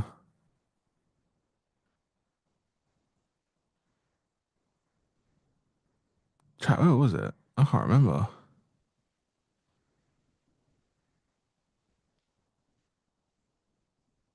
Oh, here.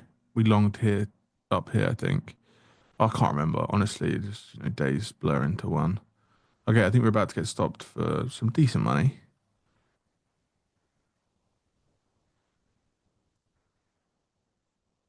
How long did it take to become profitable? Too long. Everyone comes into the game thinking it'll take me a year, 6 months, and it takes some people a lot longer, and it took me a lot longer. It took me 3, 4, 5 years. And again, though, that journey of profitability isn't naturally, consistently profitable over a good period of time. I'd say 5. Was I making good money inconsistently at year 3? Yeah. Was I making money at all years 1 to 3? No.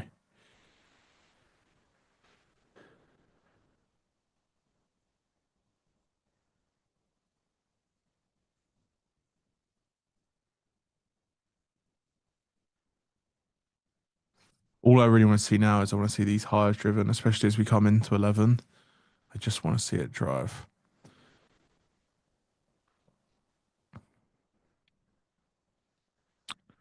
Cool. There's a lot of volume coming up to VWAP. Can they crack it? Is the real question.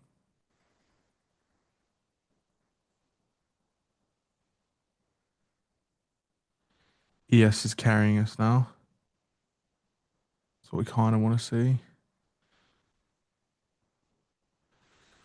Any strategy can work. Strategy is just marketing for fools. I literally completely disagree with you. As somebody that spent far too much money and time figuring out the market my own way, it's definitely better to have someone that does know what they're talking about on your side, regardless if you pay them or not.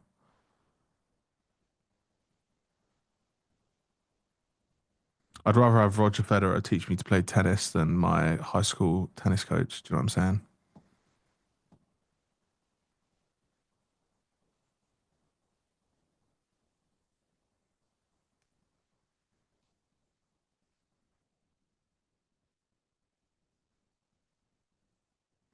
We showed you a good process model for the first 3 to... No, not really. I think everybody gambles the first couple of years. You think you know something. Who's your tennis goat? It's Federer, bro. There's not even a question. It's Federer. It's Federer.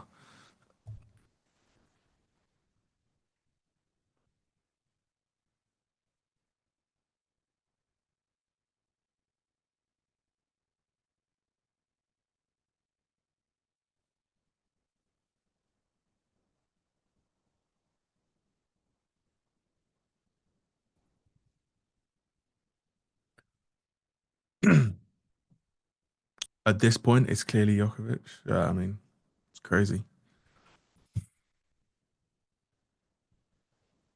Absolutely crazy. Crazy statistic, that is.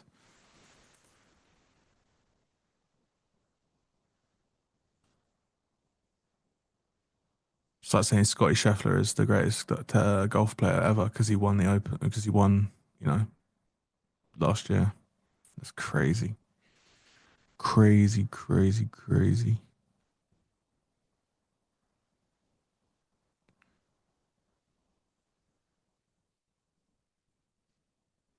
Yeah, I mean, Khan, I agree with you, but it doesn't mean that everybody's the same, right? And what? He has the most Grand Slams. Yeah, I mean, just consistently over a period of time, it's Federer.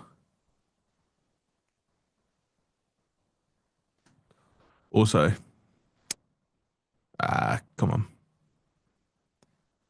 Come on. The hardest era. Favorite paddle player? I actually don't watch paddle in any capacity, so I don't know any paddle player. Can answer that.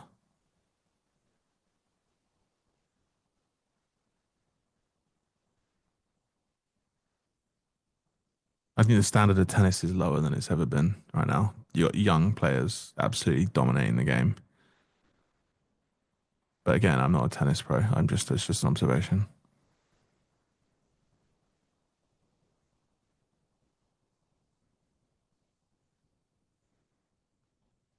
I think I might just close this, boys and girls. Don't like this. Don't like this SMT. And we are coming up to my segment being over, and I do need to shoot dead on the hour. So, do I watch cricket? I don't really watch cricket either, no. Not a massive sports fanatic, me.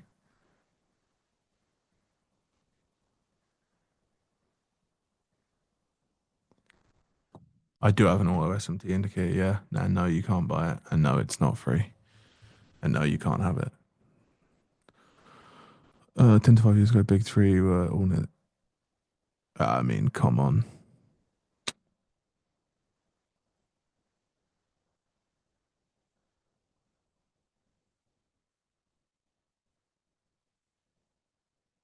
Come on, trade. Just.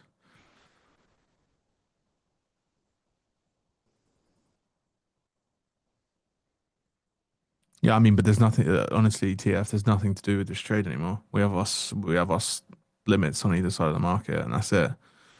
And we're just chilling. We're also about to close this candle, so we kind of want to get out of it.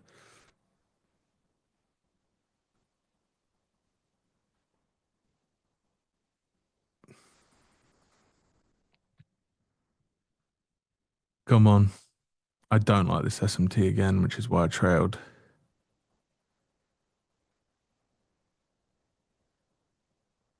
Kane. Jim, how are you? Good, man. I mean, even though I'm married, if you keep trading like this, I might fill out that dating application. Jim, you don't need to apply. I can just accept you. Okay. Yeah. Oh man, great trade though, brother. Man, that's a good trade. Yeah, appreciate you. I think we are about to hit the actual TP we want. But I'm just gonna close it. 785 ticks. There you go. And it will just go higher. But yeah, 785 ticks on the day. We finished minus at that 1K loss. So yeah. I'm gonna have to love you and leave you though, because I have a dentist appointment that I'm already late to. So yeah, I appreciate you. And I will see you soon. Yep. No worries, man. Thanks. Great job today. We'll talk to you soon. Cheers, Jim. All right. Cheers, chat. Let's get some more thumbs up for Trader Kane. That was awesome, man. You know, getting in on those lows is like always freaks me out. Like, really, I've been burned before. I don't know, but he was a master at it. And not only that, but his targets and everything. So that was a spectacular showing by Trader Kane. So hit that like button, that thumbs up button. And waiting for him to come back, man. That was pretty awesome. So anyway, we have a new guest coming up. Not a new guest. Jason Shapiro has been on before. He's going to be with us in a couple of seconds here. The crowded market report. Jason's, I think, be talking about commitment of traders report. That's a CFTC report that's issued every Friday afternoon. And here he is. Jason, good to see you. Thanks for being here with us.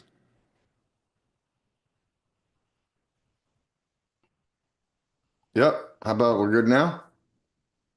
Yeah, you look good. You sound good, and really appreciate you being here with us on NinjaTrader Live. Yeah, happy to be here. So this is the maiden voyage for the crowded market report. You're going to be doing this every Wednesday with us? I believe so. All right, very good. All right, man. Well, I'm going to go ahead and let you do your thing and share your charts and all that good stuff, and I will be sitting back taking notes, man. Okay, so I guess we just want to go over like the commitments to traders report and what it is and how I look at it. So essentially, this is data that's released every week by the CFTC that shows positioning in the futures markets. And I use positioning very extensively in my trading. I'm not really a day trader, so it's not really a day trading type of thing, more of a position trading type of thing. The theory that I use in markets is that the discounting process for me, most people use price. Hey, this thing's gone up a lot, therefore it's discounted in a lot of good news type of thing. I use positioning. So I look at it more as everybody is long this thing, therefore it's discounted in a lot of good news. And the chance in that case for a good risk reward reversal increases as the market gets longer and longer and longer. So where do we find this type of positioning data? One place is the Commitments of Traders report, because that's what it does. It shows actual positioning. And what it does, I can show you the chart. Can you see that?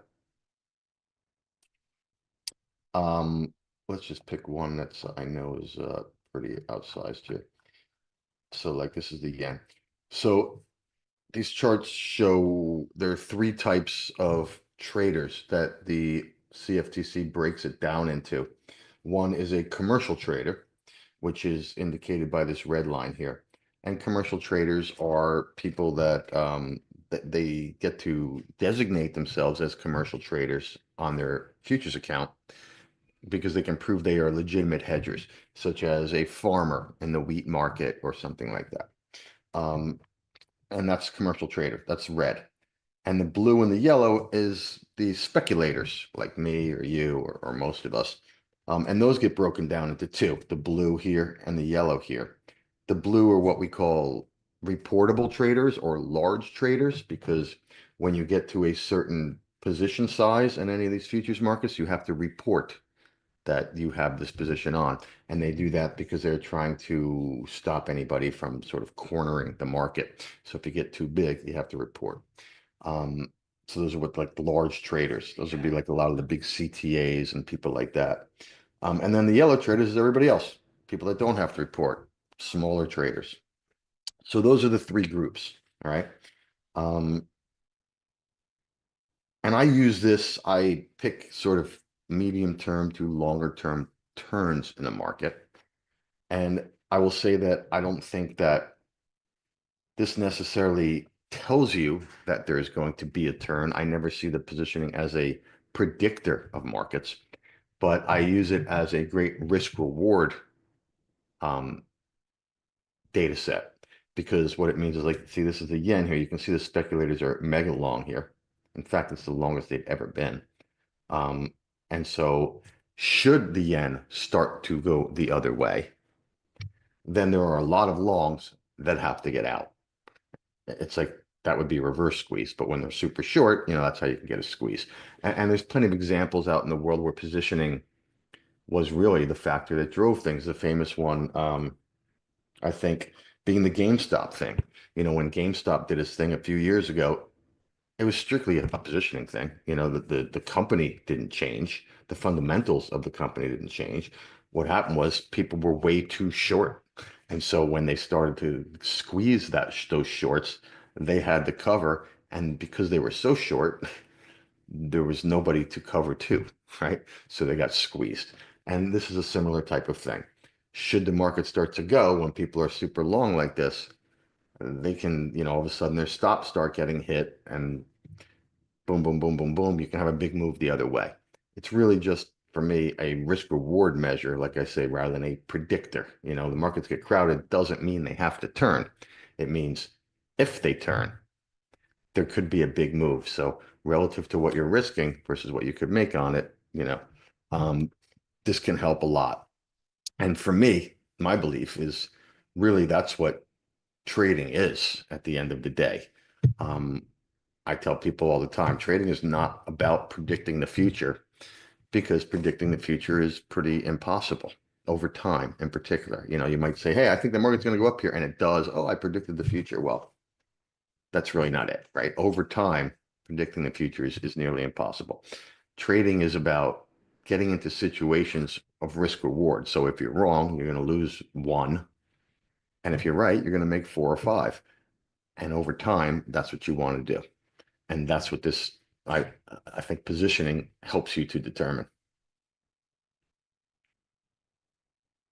So I hope that makes sense. And I don't know if there's any questions on that, or if you wanted me to show some other examples or whatever.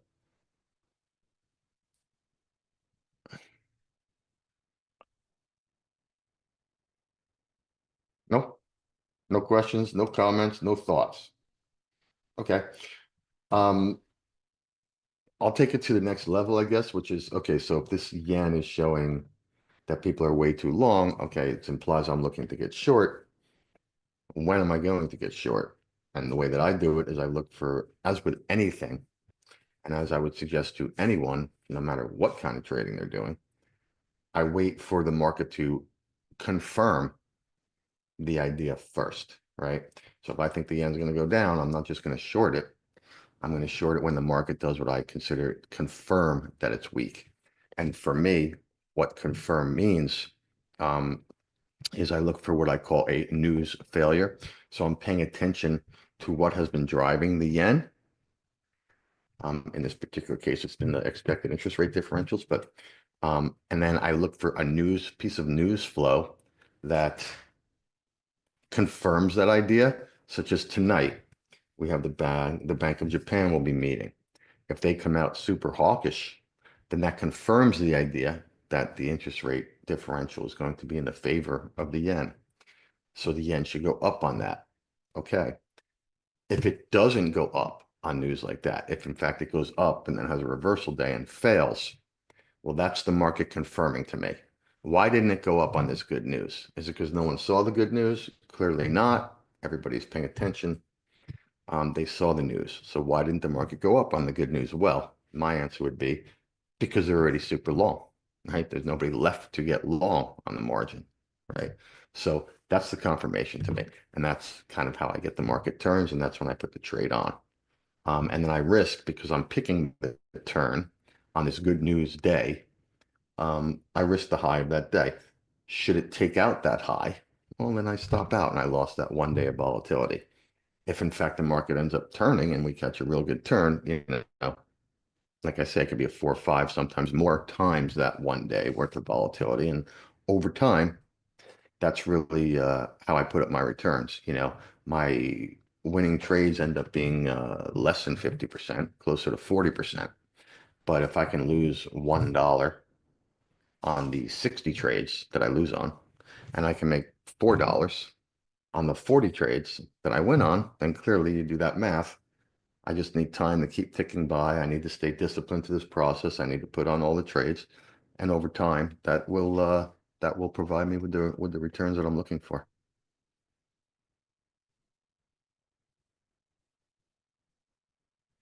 Was there a sign in gold commitments of traders? There was. Now remember, I am picking sort of major turns, right? So there was a sign in the commitment of traders. You can see, for example, here, which was the end or sort of October of 2023, where the speculators here, this was the smallest amount of longs that they had in a very, very long time. They never really go net short gold, because the commercials, being gold miners and all that, never get net long gold, right? So the commercial position will be equal and opposite to the hedging position. I mean, to the speculating position. So, but here we index this data, right? Since this never goes, really, not never, but very, very rarely will these guys go negative, because very, very rarely will the commercial traders get net long. But we index this data. And at this point, it showed that the index was in fact a buy. And so this gave a signal to be getting long gold here. Now, once it gets back overdone, like over here, we would have been out of the gold, which would have been in September, which means clearly we missed some upside, but I'm not trying for my particular trading. I'm catching a turn. I'm catching the first sort of leg of the move. And that's the area that I operate in. I catch that leg, I get out, right? This ended up being a very good trade. You could have stayed long, obviously, and done well since then, but that becomes more of a trend following thing, which is fine too, or a breakout thing or momentum thing. I'm not a breakout or trend following or momentum trader. I am a turn picker.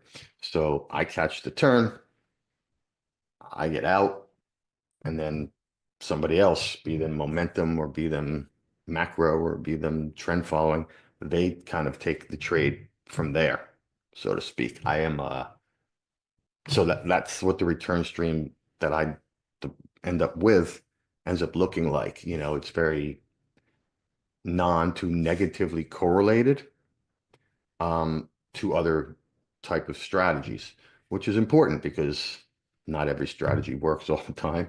In fact, no strategies work all the time. There will be times when trend following is working, and there will be times when trend following is not working. And over time, what my thing ends up doing is when trend following is working, my thing ends up sort of not doing very much. But when trend following has problems, my thing tends to make good money.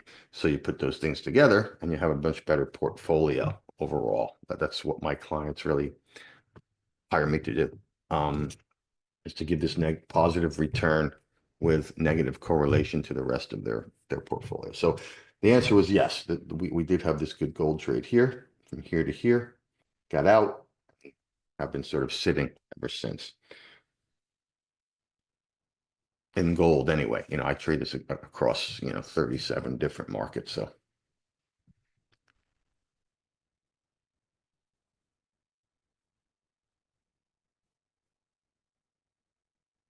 I do not have the YouTube open, but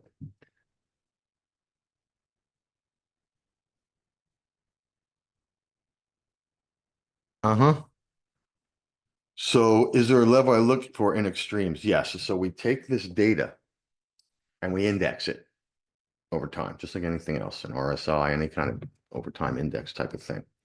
And what I'm looking for is the commercial traders, for example, to be at 5 or below. And at the same time, the speculators to be at 95 or above, meaning they're very long, commercials very short. That's when I'm looking to get short something. And opposite, equal and opposite for things that I'm looking to get long. I'm looking for the commercials to be 95 or above. And I'm looking for the speculators, this is a short, but to be at 95 or below if I'm looking to get long. And that's based on an index, which has to have a look back period, just like an RSI. Is it a 30-day? Is it a 60-day? Is it a 90-day? And all that was tested and a million times over. I set those look back periods over 20 years ago, and have been using the same ones ever since.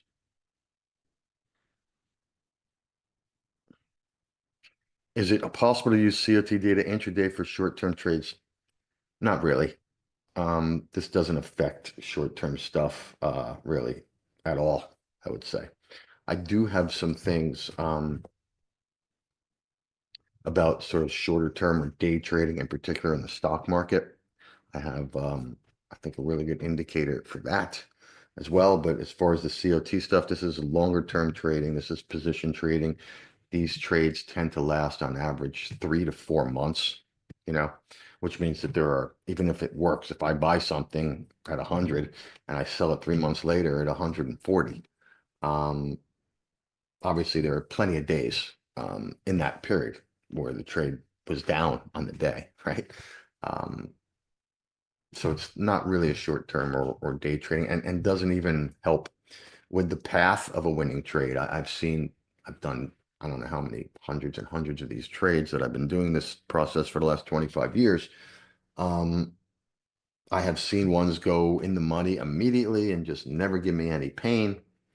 I have seen ones go in the money, come back almost all the way and sit and then go in the money. I've seen all different kind of paths, and I have, I had 2 full-time quants working for me for years when I was working in a hedge fund, and we tried to look at and test and try to see if there was any kind of thing that could help us with the path of these trades, and really never found anything that was statistically significant or efficient over time in helping with the path. So I just have to put these trades on and I sit and I sit, and either I get stopped because it takes out the new low, or I just sit until this positioning goes back to neutral. And when it goes back to neutral, that's when I take my profit, because that's when my edge isn't there anymore. And that's an important concept, I think, again, for no matter what kind of trading you're doing. What is your edge? What is it you're trying to catch?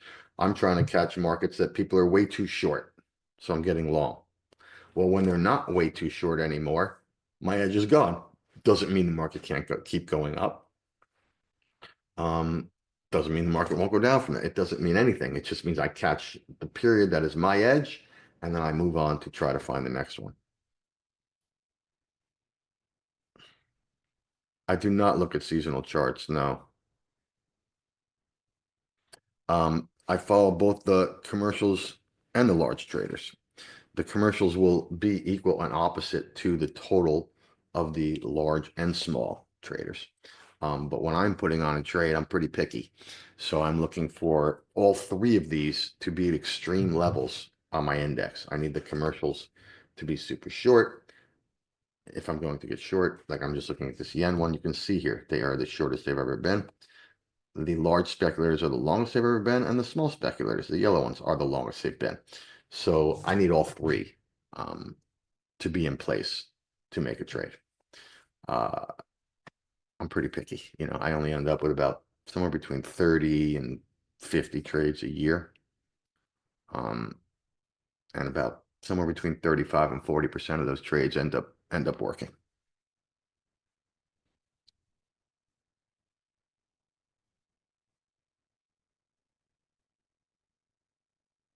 But I'm not here to encourage people, hey, trade like Jason Shapiro does. Because I don't think that that's necessarily the best way to go, right? Your goals, first of all, are probably different than my goals. Everybody's goal is to make profits. Okay, without making profits, it's all useless. But a big part of what my business is based on, why my clients allocate money to me, other than clearly my charming personality and my good looks, but why they allocate money to me is because I offer this negatively correlated return stream with a positive expectation. And that's very hard to find out there. You know, there's a lot of people out there that can show a track record where they make money, but they all sort of, most of them make money at the same time, and then they lose money at the same time. So who do you want to put in your portfolio, right? With me, I can show them that I make money when the others lose money, and I don't really lose a lot of money when the others are making money. So that's my goal. That's a big part of my goal, which may not be your goal, right? But it can help in diversifying your portfolio, obviously. And it can help in a ton of ways. This positioning stuff. If you're trading equities, you know what I mean? You can look at just the equity positioning, right? And see, hey, these guys are super short here. Maybe I should be more trading from the long side because of that. Or maybe they're super short stock in the season. They're also super short energies. And you can say to yourself, well, maybe that's a good risk reward to start looking into energy stocks, since there's a decent chance here that stocks and energy could go up here. So therefore I can sort of focus on energy stocks. A million ways to look at it. You know, you start looking at, well, if you trade Bitcoin, you know, there's data on Bitcoin here, and how is that working, and how does that imply the macro picture? You know, like you can just take the yen. Okay, here's the yen. Well, if in fact the yen is super crowded, which it is, if in fact the yen is going to start to go down, what does that say about what's been going on here? What does that say about the whole risk on, risk off type of scenario that we've been seeing in stocks or bonds or even the currencies? You know, you can start to put a much bigger, sort of deeper puzzle together that can help you decide which side of the market you want to trade at any time.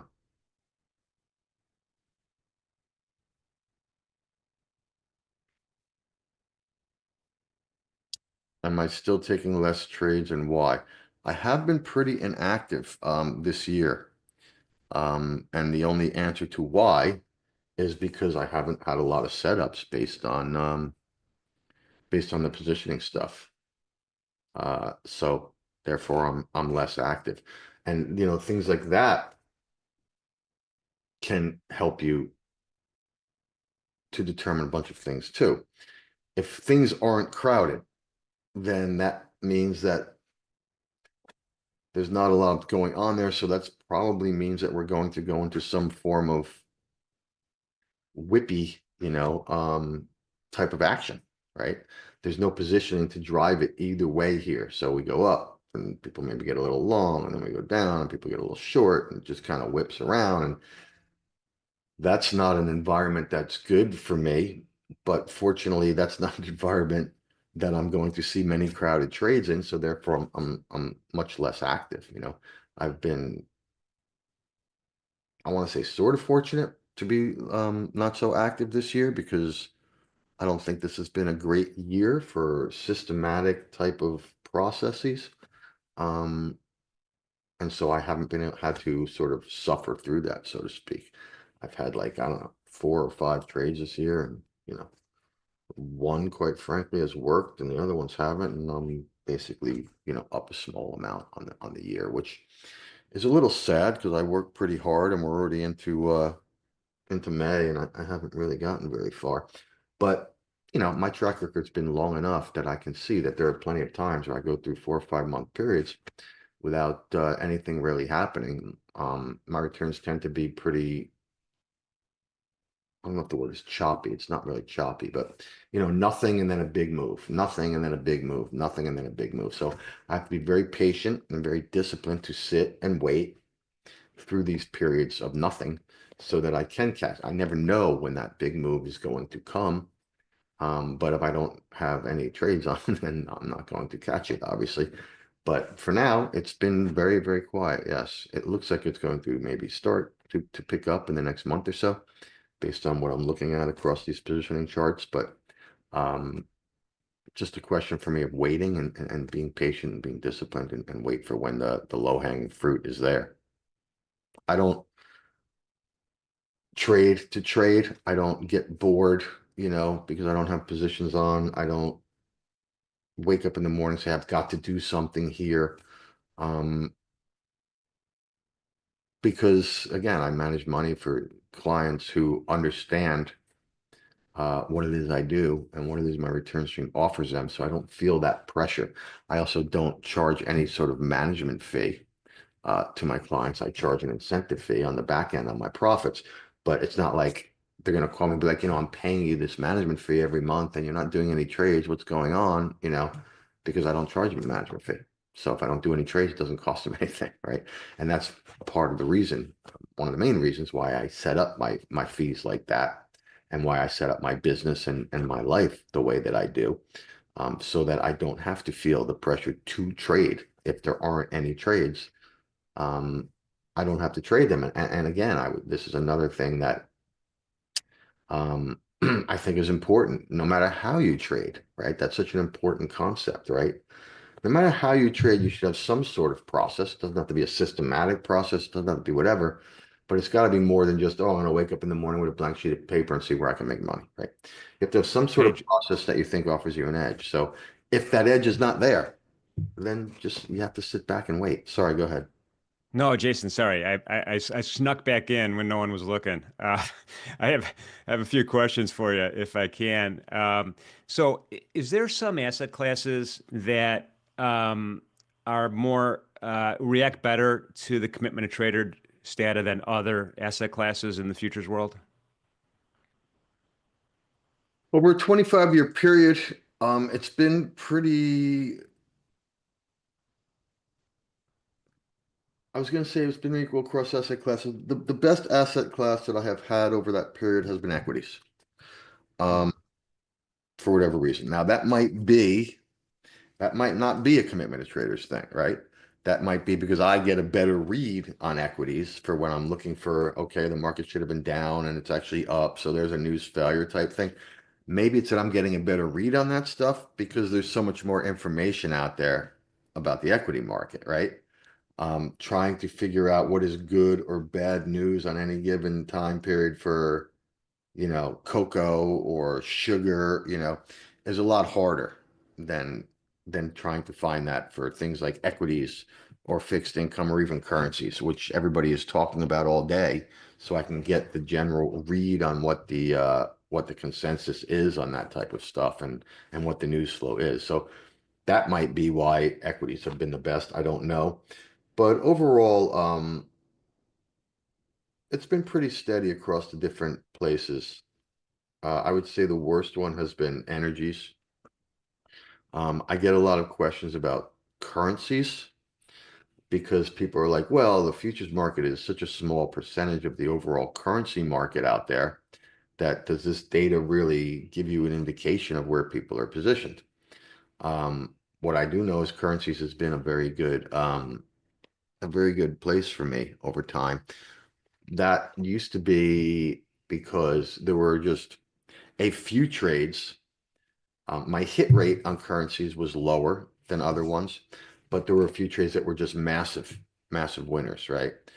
But having said that, last year, a good portion of my P&L, and last year ended up being a really nice year for me. And a good portion of those profits came from currency trades. And in fact, this year, I have one winning trade this year, and it was in the currencies. So, Yeah, currencies are a little bit more tricky too because you have two different sovereign entities. You got to understand the macro environment on. So it's like double amount of work sometimes on the currencies. But let me ask you about metals though. Gold, copper, silver in particular. Those three are pretty common markets that a lot of folks at NinjaTrader trade. Mhm. So it's been interesting that we started seeing this thing starting to get a little crowded up here in January. And as the market, and this is why you can't really predict what the positioning is going to do either, right? As the market kept going up, all we saw was speculators getting out of it, which was shocking to me, surprising to me, but kept me from ever shorting it because I need these guys to be max long for me to get short. And all they were doing was selling into the rally, so they weren't getting max long. So again, that can help you if you're long in gold, right? You can say, look, this is not getting crowded here, so I can stick with this trade, right? And it was the same thing with silver, especially the last few weeks. They kind of were selling into it. Now we've had long discussions on my Discord and our weekly call and all that about why this could be. And there are a few reasons. We will never know exactly why it is, but why would commercials be getting longer gold into the move up? One of the answers could be if people are pouring money into the gold ETFs, and those ETFs are considered commercials, right? They could be buying the futures as money's pouring into the ETF. So that could actually be a function of speculators getting long in the ETF space, right? But and there's a few other answers to that are possible too for this. We'll never know what the real one is or if it's a combination of all of them. What it has done is keep me away from shorting gold, which has been at least up until last week that's been a very good idea. So it's the other thing I find that the COT also does is it keeps me out of trouble a lot of times. You try to, people want to be contrarian and people want to fade moves and this move's overdone or whatever, or I missed it, therefore now I have to short it. We all get into those kind of psychology. This can help you keep you out of trouble a lot of times. And that, I'm sure most people know, is an incredibly important part of this, and winning trades are great and we all want them, but staying out of trouble is also equally important, I would argue. Absolutely. Well, this is all great stuff, Jason. We're running up against time. We're going to do this again next week. I do want to mention to everybody a couple things. One, the commitment to trader data is native on the NinjaTrader desktop platform. You could add it to a chart. It's really easy and it updates. It's super handy. I have it on my weeklies as well. And then Jason is on X as well, right? Crowded Market Report. Do I have that right? I don't think that's the name on X, but I think the better place really is I do a lot of videos on YouTube. We do free videos on YouTube on the weekends. I do some daily videos, market closing videos, and that's under Crowded Market Report on YouTube. And then we have crowdedreport.com. Awesome. Great. Jason, I look forward to talking to you again next week. Have a great weekend in the meantime. And thanks for your time today. Awesome. Thanks a lot. All right, folks. Whoa, that was the fastest transition in show business history right here. No, maybe it's just me on the. Sorry about that. So thank you, Jason. We're moving on to the next segment here, and we have one of I think my second favorite of all time. the founder of Path Trading Partners and also a founder of Futures Edge podcast. The one and only Bobby Iacchino is with us here today. Bobby, how are you? I just want to know who's first and what I got to do. Here's the thing, man. I have to hedge myself. So there's a lot of number twos. Fair enough. Is your wife on the show? Like, who's number one? I'm very confused. Well, if she was up in the room right now, she would definitely be number one. But when she's downstairs, not so. Maybe not. Fair enough. Anyway, how you been? Good, man. How are you? Pretty good, man. I'm glad we're talking, especially today, man. It's been what a day today. Finally we're to the point where news and almost really like real news almost matters again. Yeah. Yeah, I would agree. I mean, I think that's a good way to put it, looking at the data that just came out with GDP and PCE. Probably wasn't as low as I would have liked to have seen it, given where that GDP came in. But I think this was pretty much as expected. There's a little bit of a twist in the GDP figure because it's actually probably a little bit stronger than it should have been, given that GDP, gold was taken out of GDP because a bunch of gold purchases came in and theoretically add to the import numbers, which go into GDP. And they adjusted that, although I'm still not really sure. I haven't dug deep enough into it and try to figure out what that exactly was. So we have to look at these GDPs figures with a grain of salt when you're getting the preliminary number, because it can be adjusted multiple times. But I'm not sure how you get a giant positive out of what's gone on lately in terms of sort of not just the equity markets, but the generalized economy. That's not to say I'm against it. That's just to say the data is likely to get worse before it gets better, in my view. Yeah, but we've seen some surprise revisions, and we're going to get a couple more revisions on this number. Yeah, that's what I mean. I mean, this was the preliminary first quarter GDP figure. So it's going to get revised. And, if you watch the Atlanta Fed GDP index, I mean, it's like watching a horror movie. It's all over the place as the data comes in. So it's not really something to pay attention to, in my view. But the first iteration of this GDP, you've got the president tweeting out that this is not his economy, it's Biden's. And, those kind of political things drive me crazy as a sort of active investor, because, the crude oil, that's him. The GDP, that's not him. Eggs going lower, that's him. You have a situation where, and I'm talking to everybody here, and full disclosure, because of the way I'm talking right now, I voted for the guy. But when you're talking about presidents taking credit and blame for things, it's very much a stretch until it's sort of a long-term thing. Yeah, but that's the nature of politicians. That's what they do. Politics is.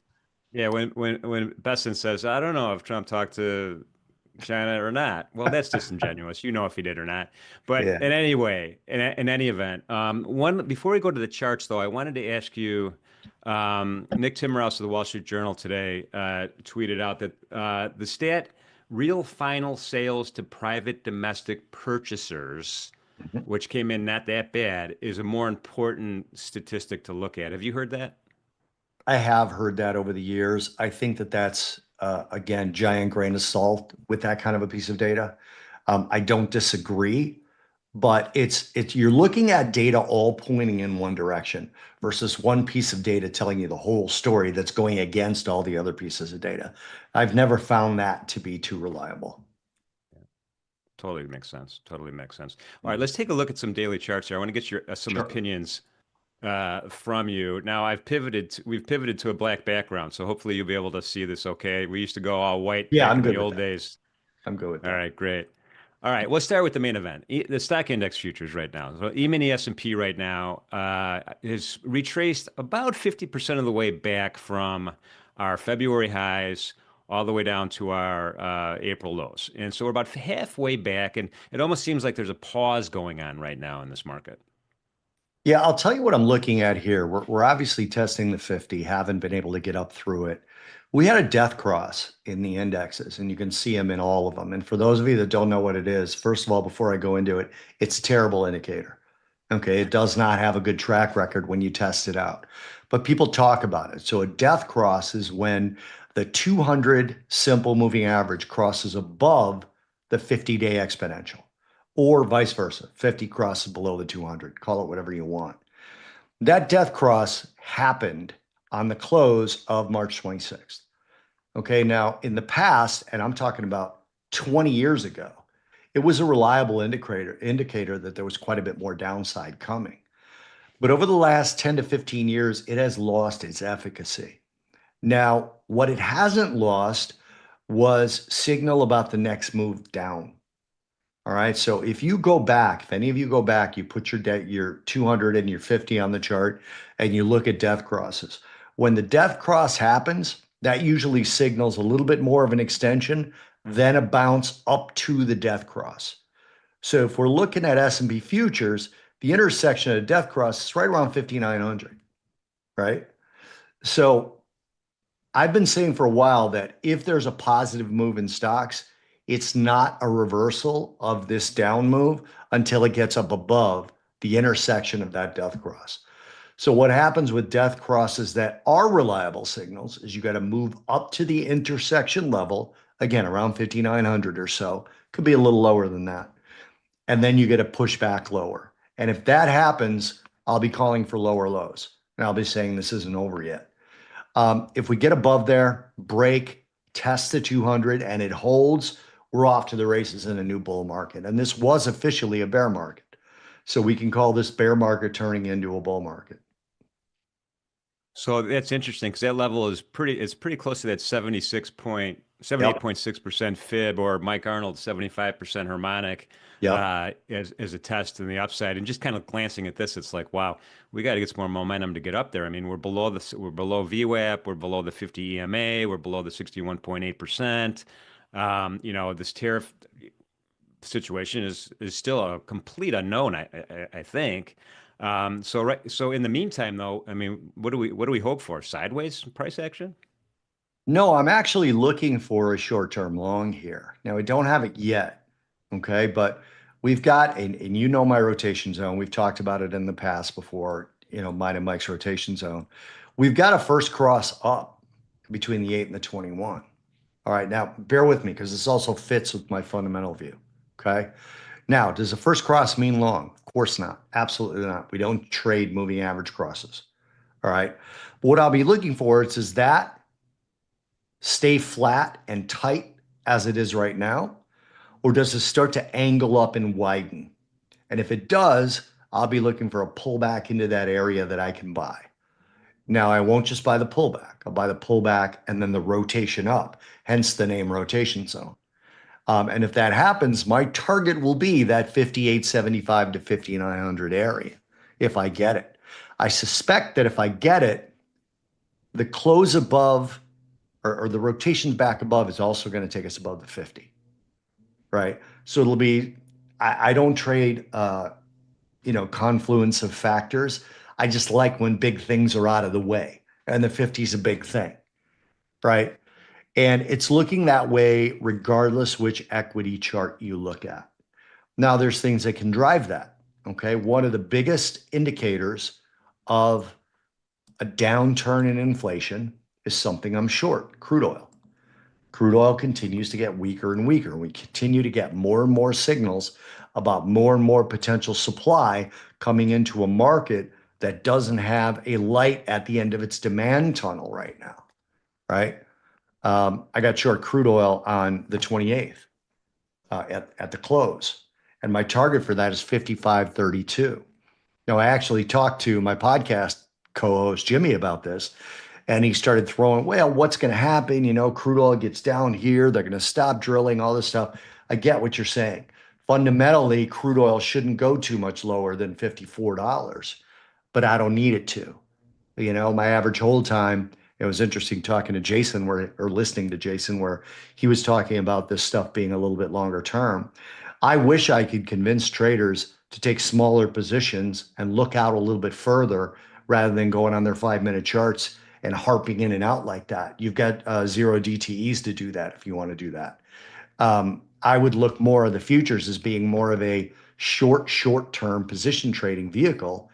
And I'm short crude oil looking for about 50. It's actually, my target's 55.32. But as we come in, like we've gotten it already. So we got the EIA data already. I haven't looked at it, but I don't look at it, so Yeah. it looks to me like inflation is going to continue to track lower, which takes stagflation away, which is the worst possible scenario for the economy and the worst possible scenario for stocks.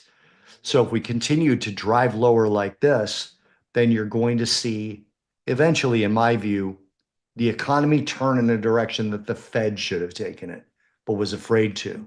And that's slowing down enough to slow inflation. So we'll talk about the Fed in the next chart, but I just kind of wanted to stick here with crude oil for a second. I'm all over. Yeah. So, and I've been using these slow stochastics on a daily chart. Yeah. I've kind of changed from RSI to MACD to this, and I'm kind of trying to really focus on the stochastics on a daily. And so we have the cross under, right? We have the percent K cross and under, which has been a pretty good signal when it happens between the 80 and the 20, right? It's not so good when it happens above 80, not so good when it happens below. So that's kind of like signal number one for me to say, hey, this breakthrough of my area of support was pretty keen, right? It was a pretty keen breakout. And then the moving averages, and this is where my question comes in, they're all kind of they're arcing downward, right? They're arcing downward. And my guess is the 8, if this continues, is going to continue to get distance between it and the 21. Yeah. It's what we call 8 pushing the price. And, obviously it's not actually pushing the price lower, but that's what it looks like on a chart. So we had a rotation zone develop, right? It developed on the cross that happened right around April 3rd or so, right? And then it widened and angled lower, like we like to see, but then it flattened out. So I had my best fit trend line in there, and I didn't get short on April 23rd, which was the break of my best fit trend line. I rather got short on the 28th, 2 sessions ago, because I started to see these moving averages cross lower. Now, Mike Arnold would scream at me that it wasn't a proper signal, and he'd be right. But I had really good risk reward on it. So I went ahead and took the trade knowing that I was in a lower probability regime, but also having that sort of fundamental thing. I mean, when you look at crude oil from a fundamental perspective, we have OPEC and OPEC plus nations, specifically Saudi Arabia, but others as well, completely open to removing production curbs that they've had for 2 years now. I think Saudi Arabia is sort of acquiescing to the other countries because the other countries are sick of listening and because prices haven't gone up, right? So they're like, look, screw you, we're producing. We don't care, we're producing, right? And then you've got potential breakthrough with Russia, Ukraine. Ukraine announced today that they're ready to sign a resources deal with the US, which theoretically pushes that ceasefire a little bit closer to existence, which means Russia can ship oil without the hurdle of Western sanctions. Same thing, we have the potential for the US and Iran to talk a little bit more, pushing Iran's production even higher. There's just more and more coming on the supply side. So what's coming on the demand side? I don't know, nothing. I mean, we saw the China PMI data, the official China PMI data last night. The manufacturing fall further into contraction territory and miss expectations. We had China's Caixin PMI, that's the equivalent of the S&P small to medium-sized business PMI that we get in all the other developed nations. That came in a little bit higher than expected, but their official government PMI, which wink, wink, should have been a little stronger than it actually was in contraction. So we've got no real incentive toward the demand side of crude oil. We're already basically at the peak of the speculative bubble of the summer driving season. But what do I mean by that? Summer driving strength starts in late May, early April, if you look at a seasonal chart, right? And then it sort of declines. So we're kind of already past that peak. So yes, I don't think crude oil is going to get much below 50, but my target's 55, so I don't care. Plenty of room to go. Plenty of room to go. Plenty of All room right, to let's go. Let's pivot to my favorite markets here. I'm going to do both the 30-year Treasury bonds and the 10-year. We'll start with the 10-year right now because Yeah. they're structurally similar but a little different. And Hmm. again, I'm just going to kind of adjust my daily chart here. Other than a couple of price dislocations up and down, we were in a long-term consolidation range in the 10-year Treasury note, right where my hamburger bun is. You could kind of see it. We finally kind of broken out above it Yeah. here, and this is kind of a benchmark. The yield right now is sub 4.2, or the CME Group's yield is 4.165. Um, I'm bullish on this market right now for some reason. What do you think? Well, I think you're bullish for a smart reason. I mean, we've got basically a breakout of if you took out the spike that we got at the end of March, beginning of April, right? And you took out the collapse that we got April 11th and 14th, right? And you just broke out of the sideways channel that if you were to exclude those two, you just broke out of it again. So all I would want to see here, I am not long the Treasury futures right now, but we had a conversation on our show, the podcast, me and Jim and somebody by the name of Steph Pomboy, who is Macro Mavens on Twitter. And I said I thought yields were going higher, and Jimmy and her both said lower, and they were right. It bounced up on a yield base, or bounced up on a yield basis and then failed. So treasuries here, I expect treasuries to go lower. Now, keep in mind, I believe China was fighting yields in the US. I think they were trying to drive yields higher. I do. And it seems to me like they may have paused that effort. I'm not seeing in some of the data that I look at and some of the people that I talk to, they're not seeing a lot of sovereign selling of treasuries. And if you ask me, China, I'll take the words of Kyle Bass, China's in a bit of a nuclear winter right now, economically. I mean, it is really bad over there. You can't believe their data is as bad as it even looks. And you look at their data and it looks bad. So treasuries are one of the most reliable sources of yield that they have. So if they keep selling them, I don't know that that's such a smart idea. You look at it, they'll be selling in the hole basically. So I suspect that we're going to see the 10-year get up to at least about 113. Now, I don't have a trade on that. If I were going to trade this, I'd want to see a dip and a hold and a bounce back up like I do with everything. So in other words, we're rallying today. If it went back down to about 111.20 half or so, I'd probably buy that. But I don't have it yet. We have what Mike and I call a double cross on a rotation zone, right? We had a cross lower on or about April 11th or so. Then we had a cross back higher the 24th. And now we've got to move up. If I see a move into the rotation zone, which would also hit right around the 200-day moving average, it's a great buy for me. I don't have it yet, but if it holds, I would probably buy that. Yeah, I got it. I mean, I love the fact that the 8 crossed over the 21 about the same time that we had separation on the stochastics. And Yep. that was a pretty good signal. It took a day to get confirmation and take out our target wick here that we talked about earlier, but we did it. Yep. And so we're still moving on up. Now the 30-year though, Bobby, we didn't have as an obvious consolidation level here. I know this is the long end of the curve Yeah. right now, but at least recent behavior is looking really similar. And we just got that 821 cross today, really. Yeah. And here's what you should be looking at, in my opinion, on the 30-year. The 10-year is the proxy for the general economy, right? So if yields go lower in the 10-year, that helps with credit cards, it helps with mortgages, the general economy. We'll call it Main Street economy. The 30-year is inflation, right? It is the inflation barometer.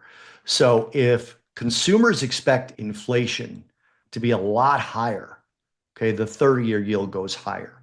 If they expect it to be a lot lower, then the 30-year yield goes lower, so the price goes higher. Right now, I think we're in flux on the inflation opinion, right? People don't really know. We still did get a core inflation today. Where was it? I don't want to quote it wrong, but if you looked at the core year-over-year PCE that came out today in the US, core prices year-over-year, 2.6%.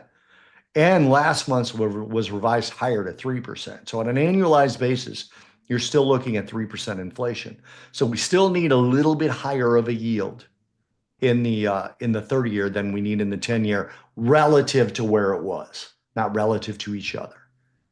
All right. So Yeah, and the spread is like it's gone from 33 basis points to 66 basis points. Some would say, well, that's becoming even more normal, which is a good thing, at least for yeah, that part of the curve. good for banks, good for lending. If banks are making money, they lower their lending standards. So it's good for businesses, good for consumers looking for houses. So there's a lot to applaud in this kind of a 10-year, 30-year move. All right. You want these yields to separate, and then you want them to move in tandem at a wider level. I mean, we've talked about this before, Jimmy. I keep Yeah. treasury yields every single day, the settlements that I get at treasury.gov, so the official settlements for the Yeah. on the run. And I have a spreadsheet that's gigantic, right, that I've been keeping for as long as I can remember. And that spread is normalizing, and it's a really, really good thing to see. Yeah. So what's a thing that I got to look into this more in more detail, but just on casual glancing at Financial Juice and other places, it seemed like the PCE number in today's personal income and outlays report for the month of March was way better than the 3-month look back of that same PCE number month over month on the GDP report. As a matter of fact, I think it was 0.0% on the month-to-month report today. So there was Yeah. it seemed like there's a big difference there. Well, that's the one you want to look at. We don't really look at the quarter over quarter price data.